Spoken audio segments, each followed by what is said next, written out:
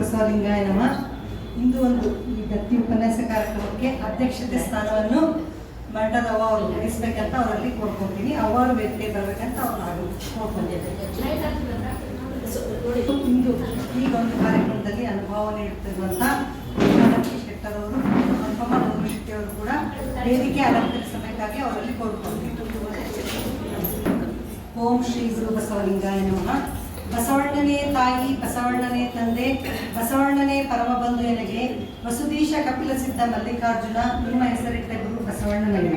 ಬಸವಾದಿ ಪ್ರಮಥನನ್ನು ವೀರರಾಗಿಣಿ ಅಕ್ಕನನ್ನು ಅಭಿಮಂದಿಸಿಕೊಂಡು ಚಿತ್ತರಿಗೆ ಚಿಜ್ಯೋತಿ ವಿಜಯ ಮಹಾಂತಪ್ಪಗಳ ಹಾಗೂ ಡಾಕ್ಟರ್ ಮಹಾಂತಪ್ಪಗಳ ಹೃದಯ ಚೇತನಕ್ಕೆ ಶರಣೆಂದು ಮಾತೃ ಹೃದಯ ಗುರು ಮಹಾಂತಪ್ಪಗಳ ಅಡಿದಾವರಿಗಳು ಭಕ್ತಿಯಿಂದ ಪಡಮಟ್ಟು ಇಂದು ಈ ಒಂದು ಕಾರ್ಯಕ್ರಮಕ್ಕೆ ಆಗಮಿಸಿದಂಥ ಎಲ್ಲ ಶರಣ ತಂದೆ ತಾಯಿಗಳಿಗೆ ಭಕ್ತಿಪೂರ್ವಕ ಶರಣಾರ್ಥಿಗಳು. ಮೊದಲನೇದಾಗಿ ಇವತ್ತು ಕನ್ನಡ ಸಾಹಿತ್ಯ ಪರಿಷತ್ ಬೆಂಗಳೂರು ಜಿಲ್ಲಾ ಘಟಕ ಬಾಗಲಕೋಟ್ ಹಾಗೂ ತಾಲೂಕಾ ಘಟಕ ಇಳಕಲ್ ಅಕ್ಕನಬಾಗ ಇಳಕಲ್ ಇವರ ಸಹಯೋಗದೊಂದಿಗೆ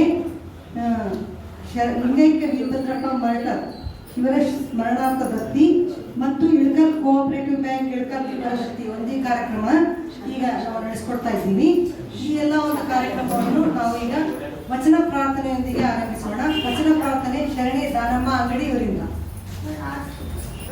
ಓಂ ಶ್ರೀ ಬಸವಲಿಂಗಾಯ. ಎಳೆಲಿಂಬೆ ಮಾವಿನ ಮಾದಲ ಗಿಡಕ ಹುಳಿ ನೀರೆರೆದವರಾರಯ್ಯ. ಎಳೆಲಿಂಬೆ ಮಾವಿನ ಮಾದಲ ಗಿಡಕ ಹುಳಿ ನೀರೆರೆದವರಾರಯ್ಯ.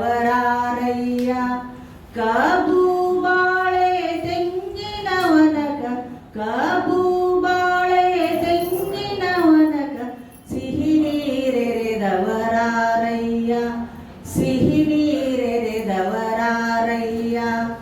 ಎಳೆಲಿಂಬೆ ಮಾವಿನ ಮಾದಲ ಗಿಡಕ ಹುಳಿ ನೀರೆರೆದವರಾರಯ್ಯ. ಮರುಗ ಮಲ್ಲಿಗೆ ಹೂವಿನ ಗಿಡಕ, ಮರುಗ ಮಲ್ಲಿಗೆ ಹೂವಿನ ಗಿಡಕ ಸುಗಂಧವ ನೆರೆದವರಾರಯ್ಯ, ಸುಗಂಧವ ನೆರೆದವರಾರಯ್ಯ. ಎಳೆಲಿಂಬೆ ಮಾವಿನ ಮಾದಲ ಗಿಡಕ ಹುಳಿ ನೀರೆರೆದವರಾರಯ್ಯ.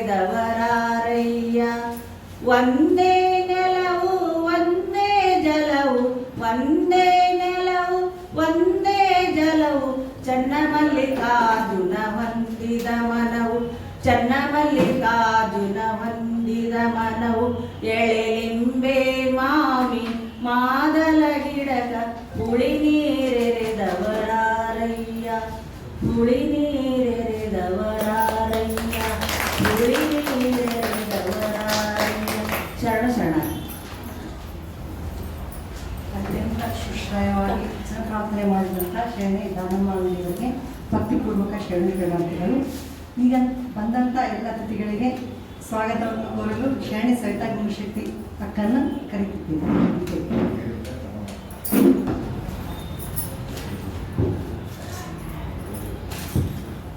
ಓಂ ಶ್ರೀ ಗುರು ಬಸವಲಿಂಗಾಯ ನಮಃ. ಗುರುವಿನ ಕರುಣದಿಂದ ಲಿಂಗವ ಕಂಡೆ, ಗುರುವಿನ ಕರುಣದಿಂದ ಜಂಗಮನ ಕಂಡೆ, ಗುರುವಿನ ಕರುಣದಿಂದ ಸಜ್ಜನ ಸತ್ಪತ್ತರ ಗೋಷ್ಠಿಯ ಕಂಡೆ. ಚಂದ ಮಲ್ಲಿಕಾರ್ಜುನೆಯ ಹುಟ್ಟಿದೊಡನೆ ವಿಭೂತಿಯ ಪಟ್ಟವು ಕಟ್ಟಿ ಸದ್ಗುರು ಸ್ವಾಮಿಯಿಂದ ಸ್ವಯತ ಮಾಡಿ ಧನ್ಯಳಾದನು.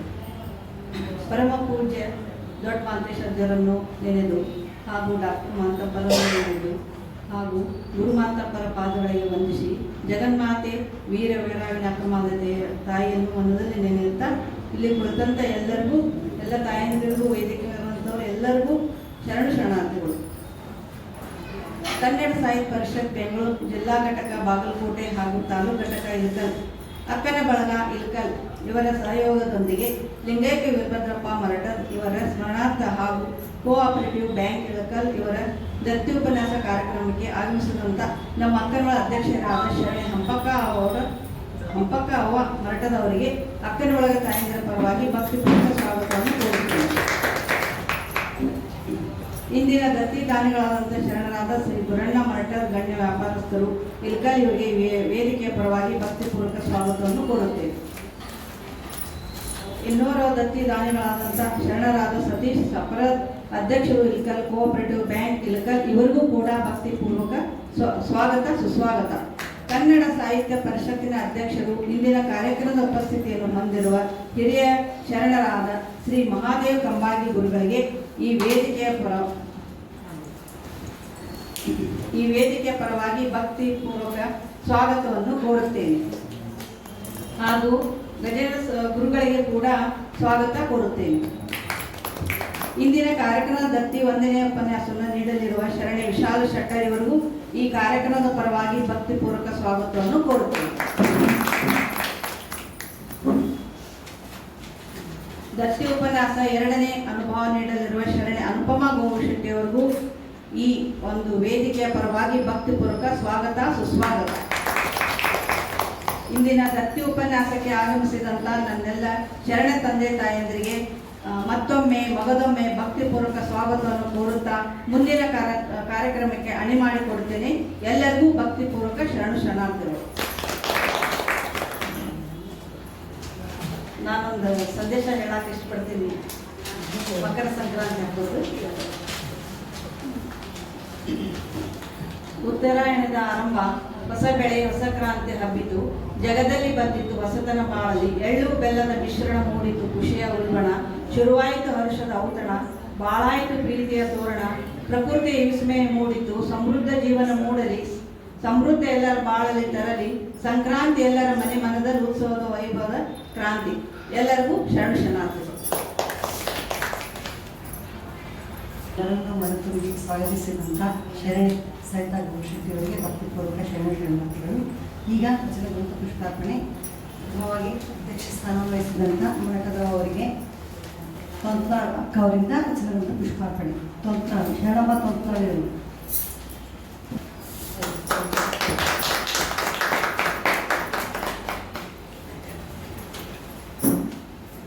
ಈಗ ಅನುಭವ ಮಾಡುತ್ತಿರುವಂಥ ಶರಣೆ ವಿಶಾಲ ಶೆಟ್ಟರ್ ಅವರಿಗೆ ಶಾಂತ ಸಜ್ಜನರಿಂದ ವಚನಗ್ರಂಥ ಪುಷ್ಪಾರ್ಪಣೆ.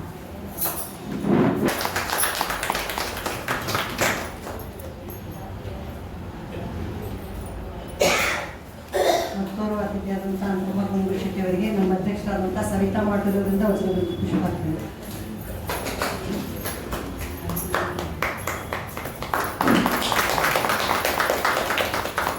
ವಚನಗ್ರಂಥ ಪುಷ್ಪಾರ್ಪಣೆ ನಡೆಸಿಕೊಟ್ಟಂಥ ಎಲ್ಲ ಶರಣೆಯರಿಗೆ ಶರಣಾರ್ಥಿಗಳು. ಈಗ ಪ್ರಥಮವಾಗಿ ಮಹಾಂತ ಜಳಗಿ ಬಗ್ಗೆ ಈಗ ಶರಣ ಸಾಹಿತ್ಯ ಪರಿಷತ್ ಅಧ್ಯಕ್ಷರಾದ ಕಂಬಾಗಿ ಸರ್ ಅವರಿಗೆ ದಾನಮ್ಮ ಅಂಗಡಿಯವರಿಂದ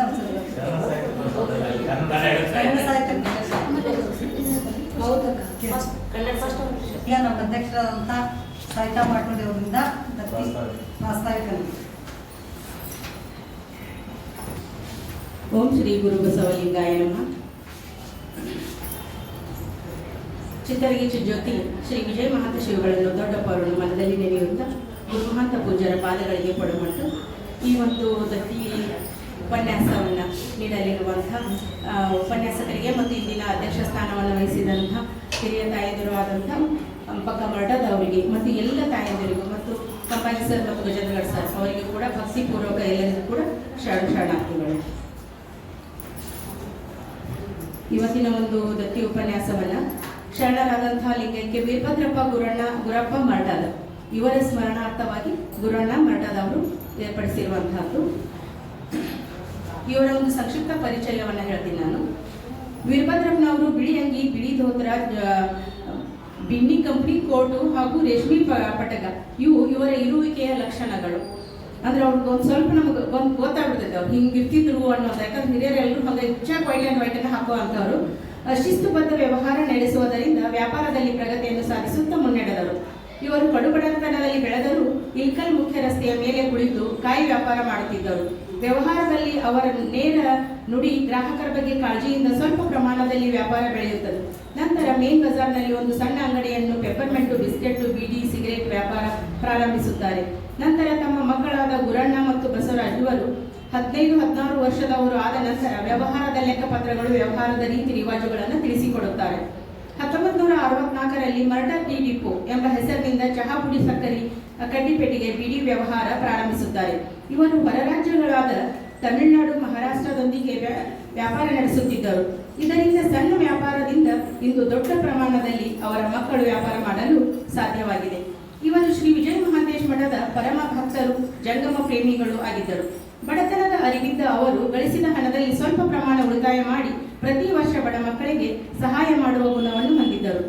ಇವರ ಹಾದಿಯಲ್ಲಿ ಅವರ ಮಕ್ಕಳು ಸಾಗುತ್ತಿರುವುದು ಹೆಮ್ಮೆಯ ಸಂಗತಿ.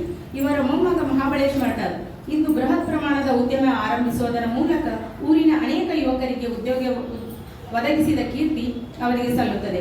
ಗುರಣ್ಣ ಮತ್ತು ಬಸವರಾಜು ಇವರು ತಮ್ಮ ತಂದೆಯ ನೆನಪಿಗಾಗಿ ಕನ್ನಡ ಸಾಹಿತ್ಯ ಪರಿಷತ್ತಿನ ಠೇವಣಿ ಇಡುವ ಮೂಲಕ ದತ್ತಿ ನಿಧಿ ಸ್ಥಾಪಿಸಿದ್ದಾರೆ. ಈ ಠೇವಣಿ ಹಣದ ಬಡ್ಡಿಯಿಂದ ಬಂದ ಹಣದಿಂದ ಪ್ರತಿ ವರ್ಷ ದತ್ತಿ ಉಪನ್ಯಾಸವನ್ನು ಏರ್ಪಡಿಸಲಾಗುತ್ತದೆ. ಅಂದ್ರೆ ಅತ್ಯಂತ ಕಡುಬಡತನದಲ್ಲಿ ಬಂದರೂ ಸಹಿತ ಹಿಂದಿನ ಹಾದಿಯನ್ನ ಮರಿಲಾರದೆ ಅವರ ಪರಿಶ್ರಮ ಇಷ್ಟೆಲ್ಲ ಮೇಲೆ ಬಂದಾರ ಅಂತ ಹೇಳಂದ್ರೆ ಇದನ್ನು ಸಂಕ್ಷಿಪ್ತವಾಗಿ ಬರೆದ್ರು ಅವ್ರ ಅಜ್ಜನಿಂದ ಹಿಡಿದು ಮಕ್ಕಳು ಮೊಮ್ಮಕ್ಕಳು ಅಲ್ಲಿವರೆಗೂ ಒಂದು ಸಣ್ಣದಾದಂಥ ಪುಟ್ಟದಂಥ ಇತಿಹಾಸ ಕೊಟ್ಟರು ಇದು ಒಂದು ದಿನನೂ ಎಕ್ಸ್ಪ್ಲೇನ್ ಮಾಡೋದಕ್ಕೆ ಬರದೇ ಇರುವಂಥ ಅಷ್ಟೊಂದು ಇತಿಹಾಸವನ್ನ ಒಳಗೊಂಡಿರುವಂಥದ್ದು. ಹಂಪಕರ್ ಇಲ್ಲಿ ಅವರು ಕುಂತಾರ ಅಂತ ಹೇಳಂದ್ರು ಅವರ ಒಂದು ಪರಿಶ್ರಮದ ಜೀವನ ಅವರಿಗೆ ಗೊತ್ತು, ಅನುಭವಿಸಿದವ್ರಿಗೆ ಗೊತ್ತು, ಅದನ್ನ ನೋಡಿದವ್ರಿಗೆ ಗೊತ್ತು. ನಾವು ಅಲ್ಪ ಸ್ವಲ್ಪ ಎಲ್ಲೋ ಒಂದೆರಡು ಮಾತು ನಾವು ಕೇಳಿರ್ಬಹುದಷ್ಟೇ. ಆದ್ರೆ ಬಹಳ ಪರಿಶ್ರಮ ಪಟ್ಟು ಅವರು ಬಂದಂಥವ್ರು 10 ಜನ ಅಕ್ಕಂಗಿಯರ ಜೊತೆಗೆ ಅಂದ್ರೆ ಇವರೇ ದೊಡ್ಡವರು ಅಂದ್ರೆ ಇವ್ರಿಗೆ ಎಷ್ಟು ದೊಡ್ಡ ಗುಣ. ಸಣ್ಣವ್ರ ಜೊತೆಗೆ ಬೆಳೀತಾರಲ್ಲ ದೊಡ್ಡವ್ರಿಗೆ ಬಹಳ ದೊಡ್ಡ ಗುಣ ಇರ್ತೈತಿ. ಯಾಕಂದ್ರೆ ಅವ್ರನ್ನೆಲ್ಲ ತಮ್ಮ ತಂಗಿ ಎಲ್ಲರೂ ನೋಡ್ಕೊಂಡ್ ಬಂದಿರುವಂಥದ್ದು. ಇಲ್ಲಿ ಬಂದ ಮೇಲೆ ಇಲ್ಲಿಯ ಮನೆತನವನ್ನ ನೋಡ್ಕೊಳ್ಳುವಂಥದ್ದು. ಅವರ ಎಲ್ಲ ಒಂದು ಪರಿಸರದ ಜೊತೆಗೆ ಅಂದ್ರೆ ಎಲ್ಲ ರೀತಿಯ ಜೀವನವನ್ನ ಅನುಭವಿಸ್ತವ್ರು. ಅವರು 0 to hero ಆಗಿ ಬೆಳೆದಂತ ಒಂದು ಅನುಭವವನ್ನ ಅನುಭವಿಸಿದಂಥವ್ರು ಗುರಣ್ಣ ಮಠದವರು ಮತ್ತು ಅವ್ರ ಮಕ್ಕಳು ಇವಾಗ ವೈಭೋಗದಿಂದ ಇದ್ರೂ ಸಹಿತ ಅವ್ರ ಹಿಂದಿನ ದಾರಿಯನ್ನ ಅವ್ರ ತಂದೆ ತಾಯಿಯ ದಾರಿಯನ್ನ ಅವ್ರು ಮರ್ತಿಲ್ಲ. ನಂತರ ಉತ್ತರೋತ್ತರವಾಗಿ ಅಭಿವೃದ್ಧಿಯನ್ನ ಹೊಂದಿ ಬಹಳ ಉತ್ತಮ ದಾರಿಯಲ್ಲಿ ಮತ್ತು ಧರ್ಮ ಮಾರ್ಗದಲ್ಲಿ ಅಂತಹ ರೀತಿಯಲ್ಲಿ ಸಾಗುವಂಥವ್ರು. ಸಮಾಜಕ್ಕೆ ಅವರ ಬಹಳ ಒಂದು ವ್ಯಾಪಾರದಿಂದಾಗಿ ಅವರ ಕೊಡುಗೆ ಬಹಳ ಐತೆ ಅಂತ ಹೇಳಿ ಹೇಳ್ಬಹುದು. ಈ ರೀತಿ ಇವರ ಒಂದು ಪರಿಚಯ ಮಾಡೋದಕ್ಕೆ ನನಗೆ ಬಹಳ ಹೆಮ್ಮೆ ಅನಿಸ್ತೈತಿ. ಈಗ ದತ್ತಿಯ ಉಪನ್ಯಾಸವನ್ನು ಪ್ರಾರಂಭಿಸಲಿ ಅಂತ ಹೇಳಿ ಅವರಲ್ಲಿ ಕೇಳ್ಕೊಳ್ತೀನಿ. ಎಲ್ಲರಿಗೂ ಶರಣಾರ್ಥಿಗಳು. ಸಹಿತಮಠದವರಿಗೆ ಶರಣಾರ್ಥಿಗಳು. ಈಗ ದತ್ತಿ ಉಪನ್ಯಾಸ 1ರ ಮಾಲಿಕೆ ಮಹಂತ ಜೋಳಿಗೆ ಬಗ್ಗೆ ಅನುಭವವನ್ನು ಶರಣ ವಿಶಾಲಾಕ್ಷಿ ಶಿಕ್ಷಕರು ಅವರು ನೀಡಬೇಕಂತ ಅವರಲ್ಲಿ ಕೇಳ್ಬೋದು. ಓಂ ಶ್ರೀ ಗುರು ಬಸವಲಿಂಗಾಯ ನಮಃ.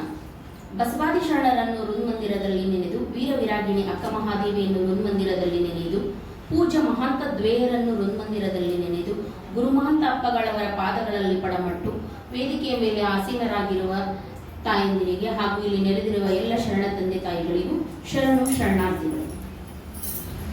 ದುರ್ವ್ಯಸನಿ ದುರಾಚಾರಿ ಎಂದೆನಿಸದಿರಯ್ಯ, ಎನ್ನ ಲಿಂಗವ್ಯಸನಿ ಜಂಗಮ ಪ್ರೇಮಿ ಎಂದೆನಿಸಯ್ಯ, ಅವಶ್ಯಂ ಅನುಭೋಕ್ತವ್ಯಂ ಎಂದೆನಿಸದಿರಯ್ಯ, ಕೂಡಲ ಸಂಗಮ ದೇವ ಶರಗೊಡ್ಡಿ ಬೇಡುವೆ ಬೇಡುವೆ ಬೇಡುವೆ. ಇವತ್ತು ನನಗೆ ಮಹಾಂತ ಜೋಳಿಗೆ ಬಗ್ಗೆ ಮಾತಾಡಕ್ಕೆ ಇಲ್ಲಿ ಅವಕಾಶ ಮಾಡಿಕೊಟ್ಟಾರ.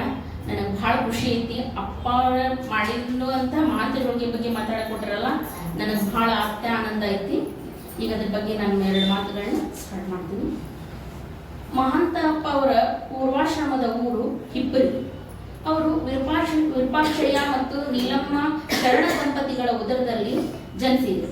ಆಗಸ್ಟ್ 1ನೇ ತಾರೀಕು 1937ರಂದು ಅವರು ನೀಲಮ್ಮ ತಾಯಿಯವರ ತವರೂರಾದ ಮುಧೋಳ ತಾಲೂಕಿನ ಮಡಲಿ ಎಂಬ ಗ್ರಾಮದಲ್ಲಿ ಜನಿಸಿದರು.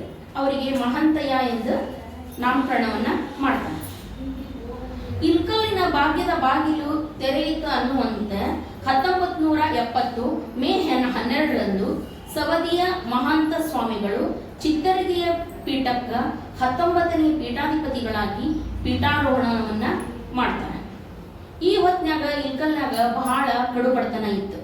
ಮತ್ತು ಎಷ್ಟೋ ಕೊಂಡ ಜನ ಏನೈತಲ್ಲ ದುಶ್ಚಟಗಳ ದಾಸರಾಗಿದ್ರು. ಅವ್ರು ಏನೈತಲ್ಲ ದುಡ್ದಿದ್ರಾಗ ಒಂದು 3 ಪಾಲ್ ಬರೀ ದುಶ್ಚಟಗಳಿಗೆ ಇಟ್ಟು ಮಕ್ಕಳಿಗೆ ಮನೆಗೆ ತಂದು ಹಾಕ್ಲಾರ್ದ ಮನಿ ಮಕ್ಕಳು ಮನೆತನ ಅನ್ನೋದೆಲ್ಲ ಸೊರಗಿ ಹೋಗಿತ್ತು. ಅದ ಪೀಠಕ್ಕೆ ಬಂದಿರುವಂತಹ ಸ್ವಾಮಿಗಳು ಇಲ್ಕಲಿನ ಸ್ಥಿತಿಗತಿಗಳನ್ನ ನೋಡಿ ಮತ್ತೆ ಈ ಸುತ್ತಮುತ್ತಲ ಹಳ್ಳಿ ಒಳಗಿನ ಪರಿಸರಗಳನ್ನ ನೋಡಿ ಹುಣ್ಗುಂದಾಗಿಂದೆಲ್ಲ ನೋಡಿ ಅಪ್ಪಾರ ಇಷ್ಟು ಮಾಡ್ತಾರಲ್ಲ, ಈ ಊರು ಎಷ್ಟು ಎಲ್ಲ ರೀತಿಯಿಂದನೂ ಸೀರೆ ನೇಯ್ತಾರ, ಎಲ್ಲ ಮಾಡ್ತಾರ, ಎಲ್ಲ ಐತಿ. ಇದನ್ ಮುಂದೆ ತರದ್ ಹೆಂಗ, ಇದಕ್ಕೆಲ್ಲ ರೊಕ್ಕದ ಅವಶ್ಯಕತೆ ಏನೋ ಐತಿ ಅನ್ನೋ ಕಾಲಕ್ಕೆ ಗ್ರನೇಟ್ನು ಬರುತ್ತೆ. ಬಟ್ ಏನೈತಿ ಅಪ್ಪರಿಗೆ ಅದು ಭಾಳ ಕಷ್ಟ ಅನ್ಸುತ್ತೆ. ಇದನ್ನೆಲ್ಲ ನೋಡಿ ಇದನ್ನ ಹೆಂಗ್ ನಾನು ಪರಿಹರಿಸ್ಬೇಕು, ಇನ್ನ ಹೆಂಗ್ ನಾನು ಬಗೆಹರಿಸ್ಬೇಕು ಅನ್ನೋದು ಅವ್ರ ತಲೆ ಒಳಗೆ ಭಾಳ್ಕೊಂಡಿರ್ತೈತಿ. ಒಂದ್ಸಲ ಹುಣ್ಗುಂದಾಗ ಹಿಂಗೆ ಹುಣ್ಗುಂದಿಂದ ಬರ್ಬೇಕಾರಲ್ಲ ಬೇಕು ತಾಯಿ ಮಗನ್ ಮುಂದೆ ಇಟ್ಕೊಂಡು ಹೆಣ್ಣ ಮುಂದೆ ಇಟ್ಕೊಂಡು ಅಳ್ತಿರ್ತಾಳ. ಆ ದೃಶ್ಯ ನೋಡ್ತಾರ ಅಪ್ಪಾರ. ಅಲ್ಲಿ ಹೋಗಿ ಯಾಕೆ ತಾಯಿ ಏನಾಯ್ತು, ಯಾಕೆ ಅಳಕತ್ತಿ, ಏನಾರ ಆಗೈತ ಹುಡುಗ ಕೇಳಿ, ಏನಾಗಿತ್ತು ಸಾಯ್ತ ಅಂತ ಕೇಳಿದ ತಕ್ಷಣ ಹೇಳ್ತಾಳ, ಏನ್ ಮಾಡ್ಬಿಟ್ರಿ ಅಪ್ಪ, 2 ಮಕ್ಳು ಅದಾವು, ಇರೋದ 30 ವಯಸ್ಸೈತಿ ಹುಡುಗ, ಮತ್ತ ಅಷ್ಟ ಅಲ್ಲ ಹೆಂಡತಿನೂ ಬಿಟ್ಟು ಮಕ್ಕಳನ್ನು ಬಿಟ್ಟು ಹೋಗ್ಯಾನಪ್ಪ, ಕುಡುದು ಸತ್ ಹೋದ, ಅವ್ರನ್ನೂ ಅನಾಥ ಮಾಡಿದ, ನನ್ನ ಕೈಯಾಗ ಕೊಟ್ಟು ಹೋಗ್ಯಾನ, ನಾ ಏನ್ ಮಾಡಿದ್ರಿ, ನನಗೇನು ತಿಳಿಲಾರ್ದಂಗ ಆಗೈತಿ ಅಂತ ಹೇಳಿ ಅಳಾಕತ್ ಬಿಡ್ತಾನ. ಅಪ್ಪರಂತಾರ 30 ವಯಸ್ಸಿಗೆ ಕುಡಿಯಕ್ ಚಾಲು ಮಾಡ ಕುಡಿದ್ ಸತ್ತಾನ ಅಂದ್ರ ಇವ ಎಷ್ಟನೇ ವಯಸ್ಸಿಗಾರ ಕುಡಿಯಕತ್ತಿರ್ಬೇಕು, ಇಷ್ಟು ಸಣ್ಣ ವಯಸ್ಸಿನಾಗ ಇಲ್ಲಿ ಮಕ್ಕಳೆಲ್ಲ ಹಾಳಾಗಕತ್ತಾರಲ್ಲ ಅಂತ ಹೇಳಿ ಬಹಳ ಒಂದು ಅವ್ರು ಏನಾದ್ರೂ ಒಂದು ನಿರ್ಧಾರ ತಗೊಳ್ಳಬೇಕು. ಎಲ್ಲಾರ್ಗು ಏನಿರ್ತೈತಿ, ಸಮಾಜ ಉದ್ಧಾರ ಮಾಡ್ಬೇಕು ಅನ್ನೋದು ಬಹಳ ಮಂದಿ ಮನಸ್ಸಿನಾಗ ಇರ್ತೈತಿ. ಆದ್ರೆ ಅದಕ್ಕಾಗಿ ದೇವರೊಬ್ಬರನ್ನ ಕಳಿಸ್ಕೊಟ್ಟಿರ್ತಾನಂತ ಅಂತ ಮಹಾಂತರ ನಮ್ಮ ಮಕ್ಕಳು ಅಂತ ಹೇಳಕ ನಮ್ಗೆ ಭಾಳ ಖುಷಿ ಆಗುತ್ತೆ. ಅದಕ್ಕೊಂದು ಹಂಗ ಅನ್ಕೊಂಡಂಗನ ಅದಕ್ಕೊಂದು ಒಳ್ಳೆ ಸುದ್ದಿ ನಾನು ಕೂಡಿ ಬರ್ತೈತಿ. ಏನಂದ್ರೆ 1975 ಇಸ್ವಿ ನವೆಂಬರ್ ತಿಂಗಳು ಸೋಮವಾರದಂದು ಮಹಾಂತ ಶಿವಯೋಗಿಗಳ 16ನೇ ನೆನಪಿಗೆಂದು ಕುನಗುಂದದ ಹರಿಜನ ಕೇರೆಯಿಂದ ಮಹಾಂತಪ್ಪಗಳು ಮಹಾಂತ ಜೋಳಿಗೆಯನ್ನ ಪ್ರಾರಂಭ ಮಾಡ್ತಾರೆ. ಮಹಾಂತ ಎಂದರ ಧರ್ಮಾಧಿಕಾರಿ, ಜೋಳಿಗೆ ಅಂದ್ರೆ ಒಂದು ಅರ್ಬಿ ತಗೊಂಡು 4 ಮೂಲಿ ಹಿಡಿದು ಕಟ್ಟಿರುವಂತಹ ಒಂದು ಜೋಳಿಗೆ. ಅದೇನಂದ್ರೆ ಭಿಕ್ಷೆಯನ್ನು ಬೇಡುವಂತಹ ಜೋಳಿಗೆಗೆ ಅಂತ ಒಂದು ಚೀಲಕ್ಕೆ ಏನಂತಾರೆ ಜೋಳಿಗೆ ಅಂತ ಹೇಳಿ ಹೇಳ್ತಾರೆ. ಇದು ಒಂದು ವಿಶಿಷ್ಟ ಮತ್ತು ಒಂದು ಮಹತ್ ಕಾರ್ಯವನ್ನು ಕೈಗೊಂಡ ಜೋಳಿಗೆ ಅಂತ ಹೇಳಕ್ಕನು ನಮ್ಗೆ ಹೆಮ್ಮೆ ಅನ್ಸುತ್ತೆ. ಅವರು ದುಶ್ಚಟಗಳನ್ನ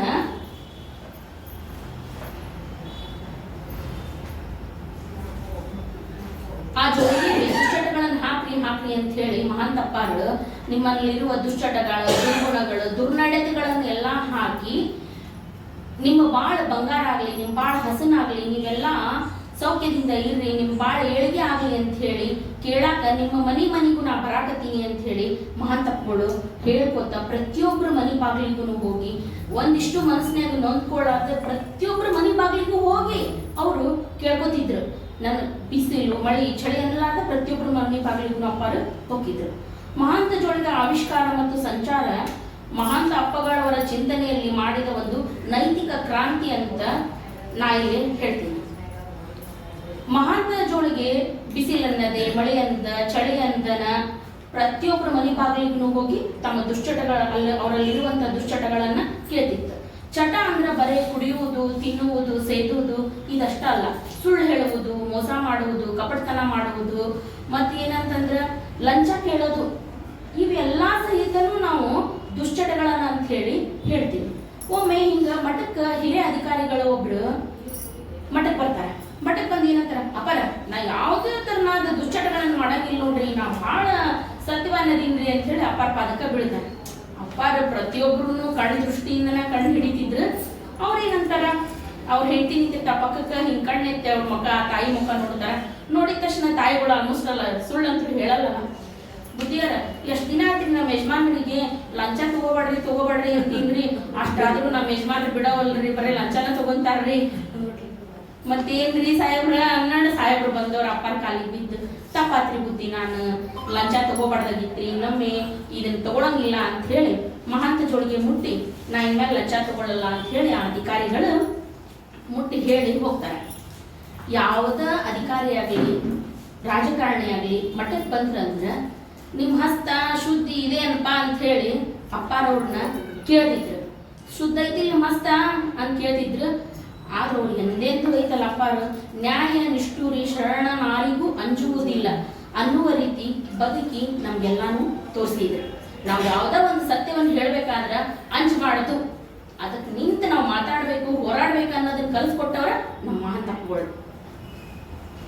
ಒಮ್ಮೆ ಅಥಣಿ ಹತ್ರ ದೇವದಾಸಿಯರೆಲ್ಲ ಮುತ್ತು ಕಟ್ಟಕತ್ತಾರ ಅನ್ನೋ ವಿಷಯ ನಮ್ಮ ಅಂತಪ್ಪಗಳಿಗೆ ಮಾಡಿದಾಗ ತಿಳಿತು.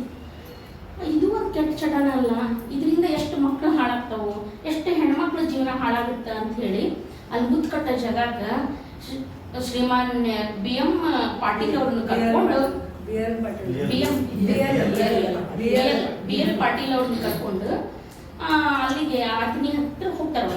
ಹೋದ್ಮೇಲೆ ಅಲ್ಲೆಲ್ಲ ಮುತ್ತು ಕಟ್ತಿರ್ತಾರ. ಎಲ್ಲ ಮಹಿಳೆಯರನ್ನ ಕುಂಡ್ರಿಸ್ಕೊಂಡು ಅವರ ಈ ಕೆಲಸ ಮಾಡಬೇಡ್ರಿ, ಇದರಿಂದ ನಿಮ್ದು ಮಕ್ಕಳಿಗೆಲ್ಲ ನೀವು ಹಾಳಾಗೋದಲ್ಲ, ನಿಮ್ಮ ಮಕ್ಕಳನ್ನು ಮುತ್ತು ಕಟ್ಟಿಸಿ ಅವ್ರ ಜೀವನನೂ ಹಾಳು ಮಾಡ್ತೀರಿ, ದಯವಿಟ್ಟು ಇದನ್ನ ಮಾಡಬೇಡ್ರಿ ಅಂತಂತ ಹೇಳಿ ಅಪ್ಪಾರ ಅಲ್ಲಿ ಹೋಗಿ ಅವ್ರಿಗೆಲ್ಲ ತಿದ್ದಿ ಬುದ್ಧಿ ಎಲ್ಲ ಹೇಳ್ತಾರೆ. ಹೇಳಿದ ತಕ್ಷಣ ಅಲ್ಲಿ ಕುಂತಕ್ಕೆ ಒಬ್ಬ ಹೆಣ್ಮಕ್ಳು ಎದ್ದು ನಿಂತು ಏನಂತಾಳ, ಬುದ್ಧಿ ನಮ್ಗೇನು ಇದನ್ನ ಮಾಡ್ಬೇಕನ್ನೋದು ಇಲ್ಲ, ನಮ್ಮ ಮಕ್ಕಳ ಕಡೆ ಮಾಡಿಸ್ಬೇಕನ್ನೋದೂ ಇಲ್ಲ, ಇದು ತಲಾಂತರದಿಂದ ನಡ್ಕೊಂಡು ಬಂದಂಥದ್ದೈತಿ. ನಮ್ಮ ಹಿರಿಯರೆಲ್ಲ ನಮ್ಮ ಮುತ್ತು ಕಟ್ಕೋತ ಬಂದಾರ, ನಾವು ಅವ್ರಿಗೆ ಕಟ್ಕೋತ ಹೊಂಟೀವಿ. ನಮ್ಗೆ ಇದನ್ನ ಬಿಟ್ಟು ಬೇರೆ ಏನು ದಾರಿ ದುಡಿಯೋಕೆ ಯಾವುದೂ ಇಲ್ಲ. ನಮ್ಮ ಮಕ್ಕಳು ಹೊಟ್ಟೆ ತುಂಬಿಸ್ಬೇಕು, ನಮ್ಮ ಮಕ್ಕಳು ಜೀವನ ಸಾಗಿಸ್ಬೇಕಂತಂದ್ರೆ ನಮ್ಗಿರೋದ ಇದ ಒಂದು ದಾರಿ ಇಟ್ಕೋತಿ. ನೀವು ನಮ್ಮ ಮಕ್ಕಳಿಗೆ ಏನಾದ್ರು ನೀವು ಅವ್ರ ಜೀವನ ನೀವು ನೋಡ್ಕೋತೀನಿ ಅಂತಂತಂದ್ರೆ ನಾವು ಇವತ್ತಿಗೇನ ಇದನ್ನೇನೈತಲ್ಲ ಕೊನೆಗೊಳಿಸ್ತೀವಿ ಅಂತಂತ ಹೇಳಿ ಅಪ್ಪಾರನ್ನ ಕೇಳ್ತಾರೆ. ಕೇಳಿದ ತಕ್ಷಣ ಅವರು ಪಾಟೀಲ್ ಅವ್ರ ಜೊತೆ ಮಾತಾಡಿ ಅವ್ರಾಗಿದ್ದಾಗನ ಆಯ್ತ್ರಿ ಇದಕ್ಕೊಂದು ನಾವು ವ್ಯವಸ್ಥೆ ಮಾಡೋಣ ಅಂತ ಹೇಳಿ ತಾವಿಬ್ರು ಅಲ್ಲೇ ಸ್ಟೇಜ್ ಮೇಲೆನ ನಿರ್ಧಾರ ತಗೊಂಡ ತಕ್ಷಣ ಅಪ್ಪ ಹೇಳ್ತಾರ, ಇಲ್ಲ ನಾನು ನಿಮ್ಮ ಮಕ್ಕಳಿಗೆ ಶಿಕ್ಷಣ ಕೊಡ್ತೀನಿ, ನಿಮ್ಮ ಮಕ್ಕಳನ್ನ ಕರ್ಕೊಂಡು ಹೋಗ್ತೀನಿ, ನೀವು ಸತ್ಯ ಶುದ್ಧ ಕಾಯ್ದ ಮಾಡಿ ಬದುಕ್ತೀನಿ ಅಂತಂದ್ರೆ ನಾನು ನಿಮ್ಮ ಮಕ್ಕಳನ್ನ ಕರ್ಕೊಂಡು ಹೋಗ್ತೀನಿ ಅಂದ್ಬಿಟ್ಲೆ ನಾವು ಆ ತಾಯಿ ಏನ್ ಹೇಳ್ತಾರ, ನಾವು ಇವತ್ತಿಗೆ ಇದು ನಿಮ್ಮ ಮಹಾಂತ ಜೋಳಿಗೆ ಮುಟ್ಟಿ ನಾವು ತ್ಯಜಿಸ್ತೀವಿ, ನಮ್ಮ ಮಕ್ಕಳನ್ನ ನಿಮ್ಮಿಂದ ಶಿಕ್ಷಣಕ್ಕಾಗಿ ನಾವು ಕಳಿಸ್ಕೊಡ್ತೀವಿ, ಕರ್ಕೊಂಡು ಹೋಗ್ರಿ ಅಂತಂತ ಹೇಳಿ ಆ ತಾಯಿ ಹೇಳ್ತಾಳ. ಆಗಿಂದಾಗನ ಅಪ್ಪಾರ ಅವ್ರು ಕರ್ಕೊಂಡು ಬರ್ತಾರ. ಪಾಟೀಲ್ ಅವರು ಹೊಲ ಕೊಡ್ತಾರ. ಆ ಹೊಲದೊಳಗೆ ಒಂದು ಶೆಡ್ ಹಾಕಿ ಫಸ್ಟ್ ಸ್ಟಾರ್ಟಿಂಗ್ ಸಣ್ಣದಾಗಿ ಆ ಮಕ್ಕಳಿಗೆ ಅಲ್ಲಿ ಸ್ಕೂಲ್ ಸ್ಟಾರ್ಟ್ ಮಾಡ್ತಾರ, ಶಿಕ್ಷಣವನ್ನು ಕೊಡ್ತಾರ ಅವ್ರ ಮಕ್ಕಳಿಗೆ. ಮತ್ ಮುಂದೈತಲ್ಲ ವಸತಿ ಸಹಿತವಾಗಿ ಶಿಕ್ಷಣವನ್ನು ಕೊಡ್ತಾರ. ಮತ್ ಮುಂದೆ ಅಥಣಿ ಹತ್ರ ಅಲಹಾಬಾದ್ ನೋಡೋಕೆ ಏನೈತಲ್ಲ, ಈಗ ಆ ಸ್ಕೂಲು ದೊಡ್ಡದಾಗಿ ತಲೆ ಎತ್ತಿ ನಿಂತೈತಿ. ಈಗ ಅಲ್ಲೇ ನಾವೆಲ್ಲರೂ ಅಕ್ಕನ ಬೆಳಗ್ಗೆ ಹೋಗಿದ್ವಿ. ಅಪ್ಪಾರಿದ್ದಾಗನ ಅಪ್ಪಾರ್ದ ಮೂರ್ತಿ ಅನಾವರಣಗೊಳಿಸಿದ್ರು. ಅದು ಎಷ್ಟು ಖುಷಿಯಾಗಿತ್ತಂದ್ರೆ ನಮಗ, ಯಾವಾಗಲೂ ಶರಣರಿದ್ದಾಗ ಅವ್ರ ಮೂರ್ತಿ ಅನಾವರಣಗೊಳಿಸಲ್ಲ ಅಂತ ಅಪ್ಪಾರಿಗೆ ಇದನ್ನ ಮಾಡ್ಬೇಕ್ರಿ ಅಂದ್ರೆ ಖುಷಿಯಿಂದ ಒಪ್ಕೊಂಡ್ರಂತ ಅಪ್ಪಾರ ಇಲ್ಲ ಮಾಡೋಣ, ಅದ್ರಾಗ ಏನೈತಿ, ಇದ್ದಾಗ ಮಾಡ್ಬಾರ್ದು ಅಂತ ಅನ್ನೋದು ಏನಿಲ್ಲ ಅಂತ ಹೇಳಿ ಅಪ್ಪಾರಿದ್ದಾಗ ನಾವೆಲ್ಲ ಅಕ್ಕನ ಬಳಗ ತಾಯಂದಿಗೆ ಹೋಗಿ ಆ ಸ್ಕೂಲು ಆ ವಾತಾವರಣ ಅದನ್ನೆಲ್ಲ ನೋಡಿದಾಗ ನಾವು ಇದನ್ನ ನೋಡಿದ್ವಲ್ಲ ಅನ್ನೋ ಖುಷಿ ನಮಗ ಬಹಳ ಇತ್ತು. ಆದ್ರೆ ಈಗ ಆ ಸ್ಕೂಲ್ನಾಗ ನಿಜವಾಗ್ಲೂ ಹೇಳ್ಬೇಕಂದ್ರೆ ದೇವದಾಸಿ ಮಕ್ಕಳು ಓದೋದು ಬಹಳ ಕಡಿಮೆ ಆಗಿತ್ತಂತ.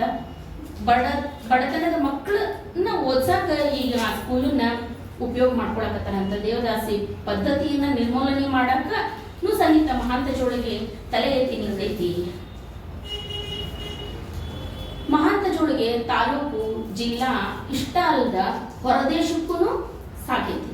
1990 ಜುಲೈ ತಿಂಗಳಲ್ಲಿ ಯುರೋಪ್ ಭೂಖಂಡದ ಇಂಗ್ಲೆಂಡ್, ಸ್ಕಾಟ್ಲೆಂಡ್, ವೆಲ್ಸ್, ಉತ್ತರ ಐರ್ಲೆಂಡ್ ಇತ್ಯಾದಿ ದೇಶಗಳಿಗೆ ಬಸವ ಸಂದೇಶದ ಧ್ವಜದೊಂದಿಗೆ ಬಸವ ಬೆಳಗು ಪತ್ರಿಕೆಯ ಸಂಪಾದಕರಾದ ಸಿದ್ದಣ್ಣಾಲಮೂರ್ತಿ ಹಾಗೂ ಅಥಣಿ ದೇವದಾಸಿ ಪುನರ್ವಸತಿ ಸಂಘದ ಮುಖ್ಯಸ್ಥರಾದ ಮಾನ್ಯ ಶ್ರೀ BM ಪಾಟೀಲ್ ಅವರೊಂದಿಗೆ ಒಡಗೂಡಿ ಮಹಾಂತ ಅಪ್ಪ ಅವರ ಪ್ರಯಾಣ ವಿದೇಶಕ್ಕೆ ಸಾಗುತ್ತೆ. ಅಲ್ಲಿ ಹೋಗಿಂದ ಅಪ್ಪಾರ ವೈಜ್ಞಾನಿಕ ಪ್ರಾತ್ಯಕ್ಷಿತೆಯೊಂದಿಗೆ ಇಷ್ಟಲಿಂಗ ಪೂಜೆ, ಹಸನಾದ ಜೀವನ, ಕಾಯಕದ ಮಹಿಮೆ, ಏಕದೇವೋಪಾಸನೆಯನ್ನು ಪಾಲಿಸಿರಿ. ಮತ್ತು ನಾವಿಲ್ಲಿ ಬಂದು ಮುಖ್ಯ ವಿಷಯ ಅಂದ್ರೆ ನಿಮ್ಮಲ್ಲಿರುವ ದುಡ್ಡು, ಡಾಲರ್, ಪೌಂಡ್ ಬೇಡಕ್ಕೆ ಬಂದಿಲ್ಲ. ನಾವು ಅದು ನಮ್ಗೆ ಬೇಡ ಅವಶ್ಯಕತೆನೂ ಇಲ್ಲ, ಅದು ನಮಗೆ ಬೇಕಾಗಿಯೂ ಇಲ್ಲ. ನಿಮ್ಮ ಕುಟುಂಬವನ್ನ ಹಾಗೂ ರಾಷ್ಟ್ರಗಳನ್ನ ಹಾಳು ಮಾಡುವಂತಹ ದುಶ್ಚಟಗಳನ್ನ, ದುರ್ನಡತೆ, ಯುದ್ಧ, ಜನಾಂಗ ನಾಶಕ ಶಸ್ತ್ರಾಸ್ತ್ರಗಳ ಪೈಪೋಟಿ ಇವುಗಳ ಭಿಕ್ಷೆ ಬೇಡಾಕ ನಾವು ನಿಮ್ ದೇಶಕ್ಕೆ ಬಂದೀವಿ, ನಿಮ್ ಊರಿಗೆ ಬಂದೀವಿ ಅಂತ ಹೇಳಿ ಅಪ್ಪಾರ ಅಲ್ಲಿ ಒಂದು ಸ್ಪೀಚ್ ಕೊಡ್ತಾರೆ. ಆಗ ಅಲ್ಲಿ ನಡೆದಿದ್ದ ಅನೇಕ ಸ್ತ್ರೀ ಪುರುಷರು ಅಪ್ಪಾರ ಮಾತಿಗೆ ಇಂಪ್ರೆಸ್ ಆಗಿ ತಮ್ಮಲ್ಲಿರುವ ಪ್ರಭಾವಿತರಾಗಿ ತಮ್ಮಲ್ಲಿರುವ ದುಶ್ಚಟಗಳನ್ನ ಬಂದು ಒಬ್ಬೊಬ್ಬರ ಎದ್ದ ಬಂದು ಮಹಾಂತ ಜೋಳಿಗೆಯನ್ನು ಮುಟ್ಟಿ ತಮ್ಮ ದುಶ್ಚಟಗಳನ್ನ ಜೋಳಿಗೆ ಹಾಕಕ್ಕೆ ಚಾಲು ಮಾಡ್ತಾರೆ. ಚಾಲು ಮಾಡಿದ್ಮೇಲೆ ಅಲ್ಲೇ ಬ್ರಿಟನ್ನಾಗ 90 ವರ್ಷದ ಒಬ್ಬಕಿ ಮುದುಕಿ ಎದ್ದು ನಿಂತು ಏನಂತಾಳ, ಅದನ್ನ ನೋಡಿ ಭಾಳ ಕಣ್ಣ ನೀರು ಬರ್ತಾವಕಿ. ಕಣ್ಣಾಗ ನೀರು ಬಂದು ಅಪ್ಪಾರಿಗೆ ಹೇಳ್ತಾಳ, ಸ್ವಾಮ್ಯಾರ ಇಂಡಿಯಾದಿಂದ ಬಹಳಷ್ಟು ಸಾಧು ಸನ್ಯಾಸಿಗಳು ಸ್ವಾಮಿಗಳು ಬಂದಿದ್ರು ನಮ್ಗೆ ಇಲ್ಲಿ ಬ್ರಿಟನ್ ದೇಶಕ್ಕೆ. ಬಟ್ ಬಂದವರೆಲ್ಲರೂ ಏನೈತಲ್ಲ ದುಡ್ಡು ಕೇಳೋದು, ಬಂಗಾರ ಎಲ್ಲಾನು ಡಾಲರ್ ಎಲ್ಲ ಕೇಳಿ ತಾವು ಗಳಿಸ್ಕೊಂಡು ಊರಿಗೆ ಹೋದ್ರು. ಯೋಗ ಅದನ್ನೆಲ್ಲ ಹೇಳ್ತೀನಿ, ಧ್ಯಾನ ಹೇಳ್ತೀನಿ ಅಂತ ಬಂದು ಸ್ತ್ರೀ ಸಂಘ ಮಾಡಿ ಸ್ತ್ರೀಗಳನ್ನ ಕರ್ಕೊಂಡು ಹೋದ್ರು. ಇಂಥ ಎಲ್ಲ ಕೆಲಸ ಮಾಡಿದ್ರೆ ನಮ್ಗೆ ಸ್ವಾಮಿಗಳ ಮೇಲೆ ನಂಬಿಕೆ ಅನ್ನೋದು ಹೊರಟು ಹೋಗ್ಬಿಟ್ಟಿತ್ತು. ನೀವು ಇಂಥದ್ದು ಒಂದು ದೊಡ್ಡ ಕೆಲಸ ಮಾಡಕ್ಕೆ, ಇಂಥದ್ದು ಒಂದು ಉನ್ನತವಾದ ವಿಚಾರವನ್ನು ಇಟ್ಕೊಂಡು ಈ ಮಹಾಂತ ಜೋಳಿಗೆಯನ್ನ ಇಷ್ಟು ದೂರ ತಗೊಂಡು ಬಂದಿರಲ್ಲ.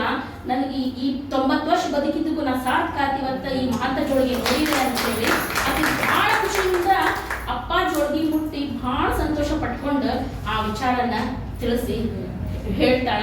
ಅವಾಗ ನಮ್ಗೆ ಬಹಳ ಖುಷಿ ಅನ್ಸುತ್ತೆ, ಮಹಾಂತ ಜೋಳಿಗೆ ಎಷ್ಟೊಂದು ಸಾಧನೆ ಮಾಡೈತಲ್ಲ ಅಂತ ಹೇಳಿ.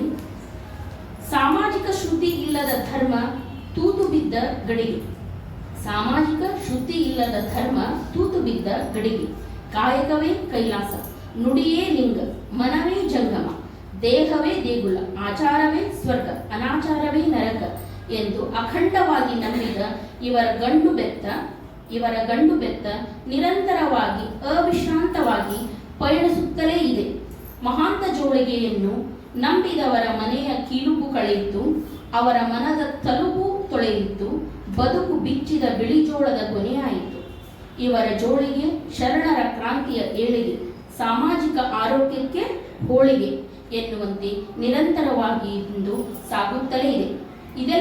ಇದೆಲ್ಲವನ್ನು ನೋಡಿ ಆಗಸ್ಟ್ 1 ಅಪ್ಪ ಅವರ ಹುಟ್ಟಿದ ದಿನವನ್ನ ವ್ಯಸನ ಮುಕ್ತ ದಿನಾಚರಣೆಯನ್ನಾಗಿ ಆಚರಿಸ್ಕೊತ ಬಂದ್ವಿ. ಅದು ಫಸ್ಟ್ ಇಲ್ಕಲ್ಲಿಗಷ್ಟ ಸೀಮಿತವಾಗಿತ್ತು. ಈಗ ಕರ್ನಾಟಕ ರಾಜ್ಯದಾದ್ಯಂತ ಆಗಸ್ಟ್ 1ನೇ ತಾರೀಕು ನಾವೇನು ವ್ಯಸನ ಮುಕ್ತ ದಿನಾಚರಣೆಯನ್ನ ಆಚರಿಸಕತ್ತೀವಿ. ಇದಕ್ಕೆ ಶ್ರಮಿಸಿದವರಂತಂದ್ರ ಚಿತ್ತರಿಗೆಯ ಪಾಟೀಲ್ ಸರ್ ಅವರು. ಇದು ಫಸ್ಟ್ ಬಹಳ ಶ್ರಮ ಪಟ್ಟು ಇದನ್ನ ಮಾಡ್ಲೇಬೇಕಂತ ಹೇಳಿ ಶ್ರಮ ಪಟ್ಟವರಂದ್ರೆ ಚಿತ್ತರಿಗೆಯ ಪಾಟೀಲ್ ಸರ್ ಅವರಿಗೆ ಇಲ್ಕಲ್ಲಿನ ಎಲ್ಲಾರು ನಾವು ಸದಾ ಚಿರಋಣಿಗಳಾಗಿರ್ತೀವಿ.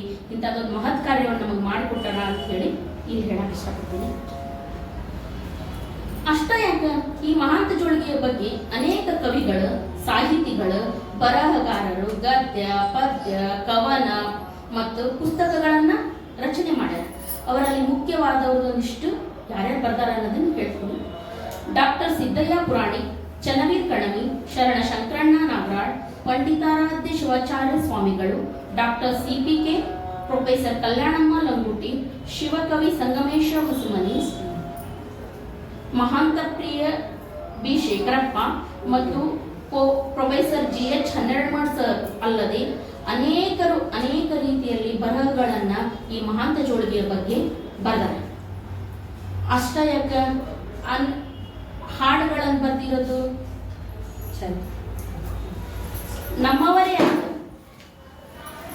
ನಮ್ಮವರೇ ಆದ ಅಕ್ಕನ ಬಳಗದ ಸ್ಥಾಪಕರಾದ ಕಮಲಮ್ಮ ಹರಿಯರವರು.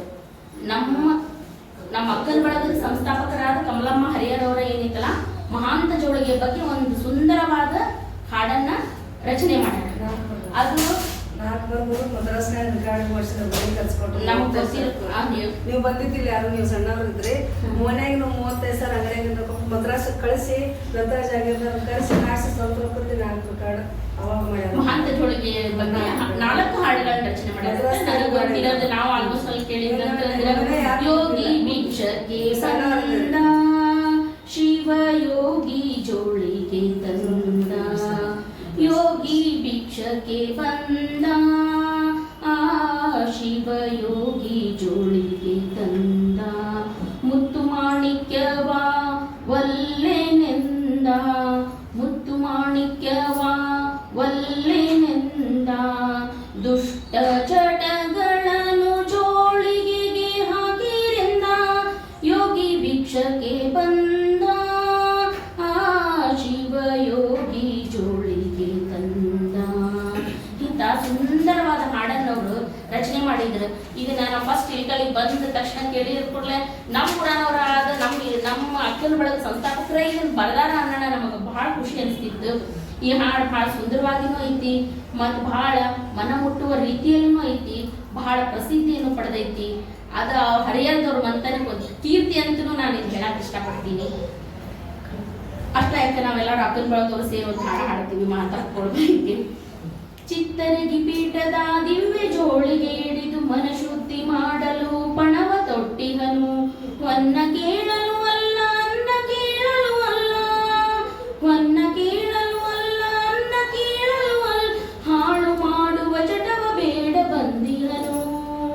ಮಹಾಂತ ಬಂದಿಗನೇಳು ಬಾಗಿಲಿಗೆ, ಮಹಾಂತ ಬಂದಿಗನೇಳು ಬಾಗಿಲಿಗೆ, ನಿನ್ನ ನೆಬ್ಬಿಸಲೆಂದು ದಿವ್ಯ ಜೋಳಿಗೆ ಹಿಡಿದು, ನಿನ್ನ ನೆಬ್ಬಿಸಲೆಂದು ದಿವ್ಯ ಜೋಳಿಗೆ ಹಿಡಿದು, ಮಹಾಂತ ಬಂದಿಗನೇಳು ಬಾಗಿಲಿಗೆ, ಮಹಾಂತ ಬಂದಿಗನೇಳು ಬಾಗಿಲಿಗೆ. ಹಿಂಗ ಹಲವಾರು ಹಾಡುಗಳ ರಚನೆ ಆಗ್ಯಾವು. ಇನ್ನೊಂದು ಹೇಳ್ತೀನಿ. ಜೋಳಿಗೆ ಜೋಳಿಗೆ ವಿಜಯ ಮಹಂತನ ಜೋಳಿಗೆ, ನಾಳೆಗೆ ನಾಳೆಗೆ ನಮ್ಮ ಬಾಳಿನ ಏಳಿಗೆ. ಜೋಳಿಗೆ ಜೋಳಿಗೆ ವಿಜಯ ಮಹಂತರ ಜೋಳಿಗೆ. ಎಷ್ಟು ಸುಂದರವಾದ ಹಾಡುಗಳು ಈ ಮಹಾಂತ ಜೋಳಿಗೆ ಮೇಲೆ ರಚನೆ ಆಗ್ಯಾವ ಅಂದ್ರ ಪ್ರತಿ ಸಲ ಕೇಳಿದ್ರು ಹೊಸ ಕೇಳಕತ್ತೀವೇನ ಅನ್ನೋ ಅನುಭೂತಿನ ನಮಗ ಆಗತ್ತ. ಅಷ್ಟು ಸುಂದರವಾದ ಹಾಡುಗಳ ರಚನೆ. ಈ ಮಹಾಂತ ಜೋಳಿಗೆಯನ್ನು ನೋಡಿ ನಮ್ಮ ಅಪ್ಪ ಅವರಿಗೆ ಡಾಕ್ಟರೇಟ್ ಪ್ರಶಸ್ತಿ, ಸಂಯಮ ಪ್ರಶಸ್ತಿ, ಬಸವಶ್ರೀ ಪುರಸ್ಕಾರ, ಇನ್ನೂ ಹಲವಾರು ಪ್ರಶಸ್ತಿಗಳು ಸಾಗರದಂಗ ಹರಿದು ಬಂದು. ಆದ್ರೆ ಎಂದೂ ನಮ್ಮಪ್ಪಾರ ನಾನು ಇಂಥ ಮಹತ್ ಕಾರ್ಯ ಮಾಡೀನಿ ಅಂತ ಹೇಳಿ ಎಂದೂ ಅವರು ಗರ್ವ ಪಡಲಿಲ್ಲ. ಅದನ್ನ ಸರಳವಾಗಿ ನೀವೆಲ್ಲರೂ ಹಿಂಗೆ ಮುಂದಿಸ್ಕೊಂಡು ಹೋಗ್ರಿ ಅಂತ ಹೇಳಿದ್ರು. ಮೊನ್ನೆ ಕೊಪ್ಪಳದ ಅಪ್ಪ ಅವರು ಒಂದು ಸ್ಪೀಚ್ನಾಗ ಹೇಳಿದ್ರು, ಎಲ್ಲರೂ ಏನೇನೋ ಜೋಳಿಗೆ ಒಳಗ ರೊಕ್ಕ ದೇವಸ್ಥಾನಗಳು ಕೇಳ್ತಾರ, ಒಬ್ಬ ನಮ್ಮ ಹಿರಿಯ ಶ್ರೀಗಳದಾರ ಅವ್ರು ಒಬ್ರು ದುಶ್ಚಟಗಳನ್ನ ಕೇಳಿದ್ದು ಅಂತ ಹೇಳಿ ಮೊನ್ನೆ ಸ್ಪೀಚ್ನಾಗ ಹೇಳಿದ್ರು ಕೊಪ್ಪಳಪ್ಪಗಳು. ಕೇಳಿ ಇಷ್ಟು ಖುಷಿ ಅನಿಸ್ತಲ್ಲ, ಬಹಳ ಆನಂದ ಅನಿಸ್ತ.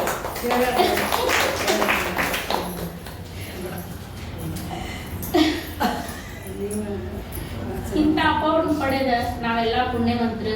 ಮತ್ ಅಷ್ಟ ಅಲ್ಲ, ಇಂಥ ಅಪ್ಪ ಅವ್ರು ಇದ್ದಾಗ ಅವ್ರಿಗೆಲ್ಲ ಅವ್ರ ಜೊತೆ ಕೂಡಿ ಅವ್ರ ಜೊತೆ ನಾವು ಕೆಲಸ ಮಾಡೀವಿ, ಅವ್ರ ಜೊತೆ ಕೂಡಿ ನಾವು ಮಹಾಂತ ಜೋಳಿಗೆ ಅಡ್ಡಾಡೀವಿ, ನಾವು ಅವ್ರ ಜೊತೆನ ಇದ್ವಿ, ಅವ್ರು ನಡೆದಾಡೋದಾಗ ನಾವು ನಡೆದಾಡೀವಿ ಅಂತ ಹೇಳಕ್ ಬಹಳ ಖುಷಿ ಅನ್ಸುತ್ತ.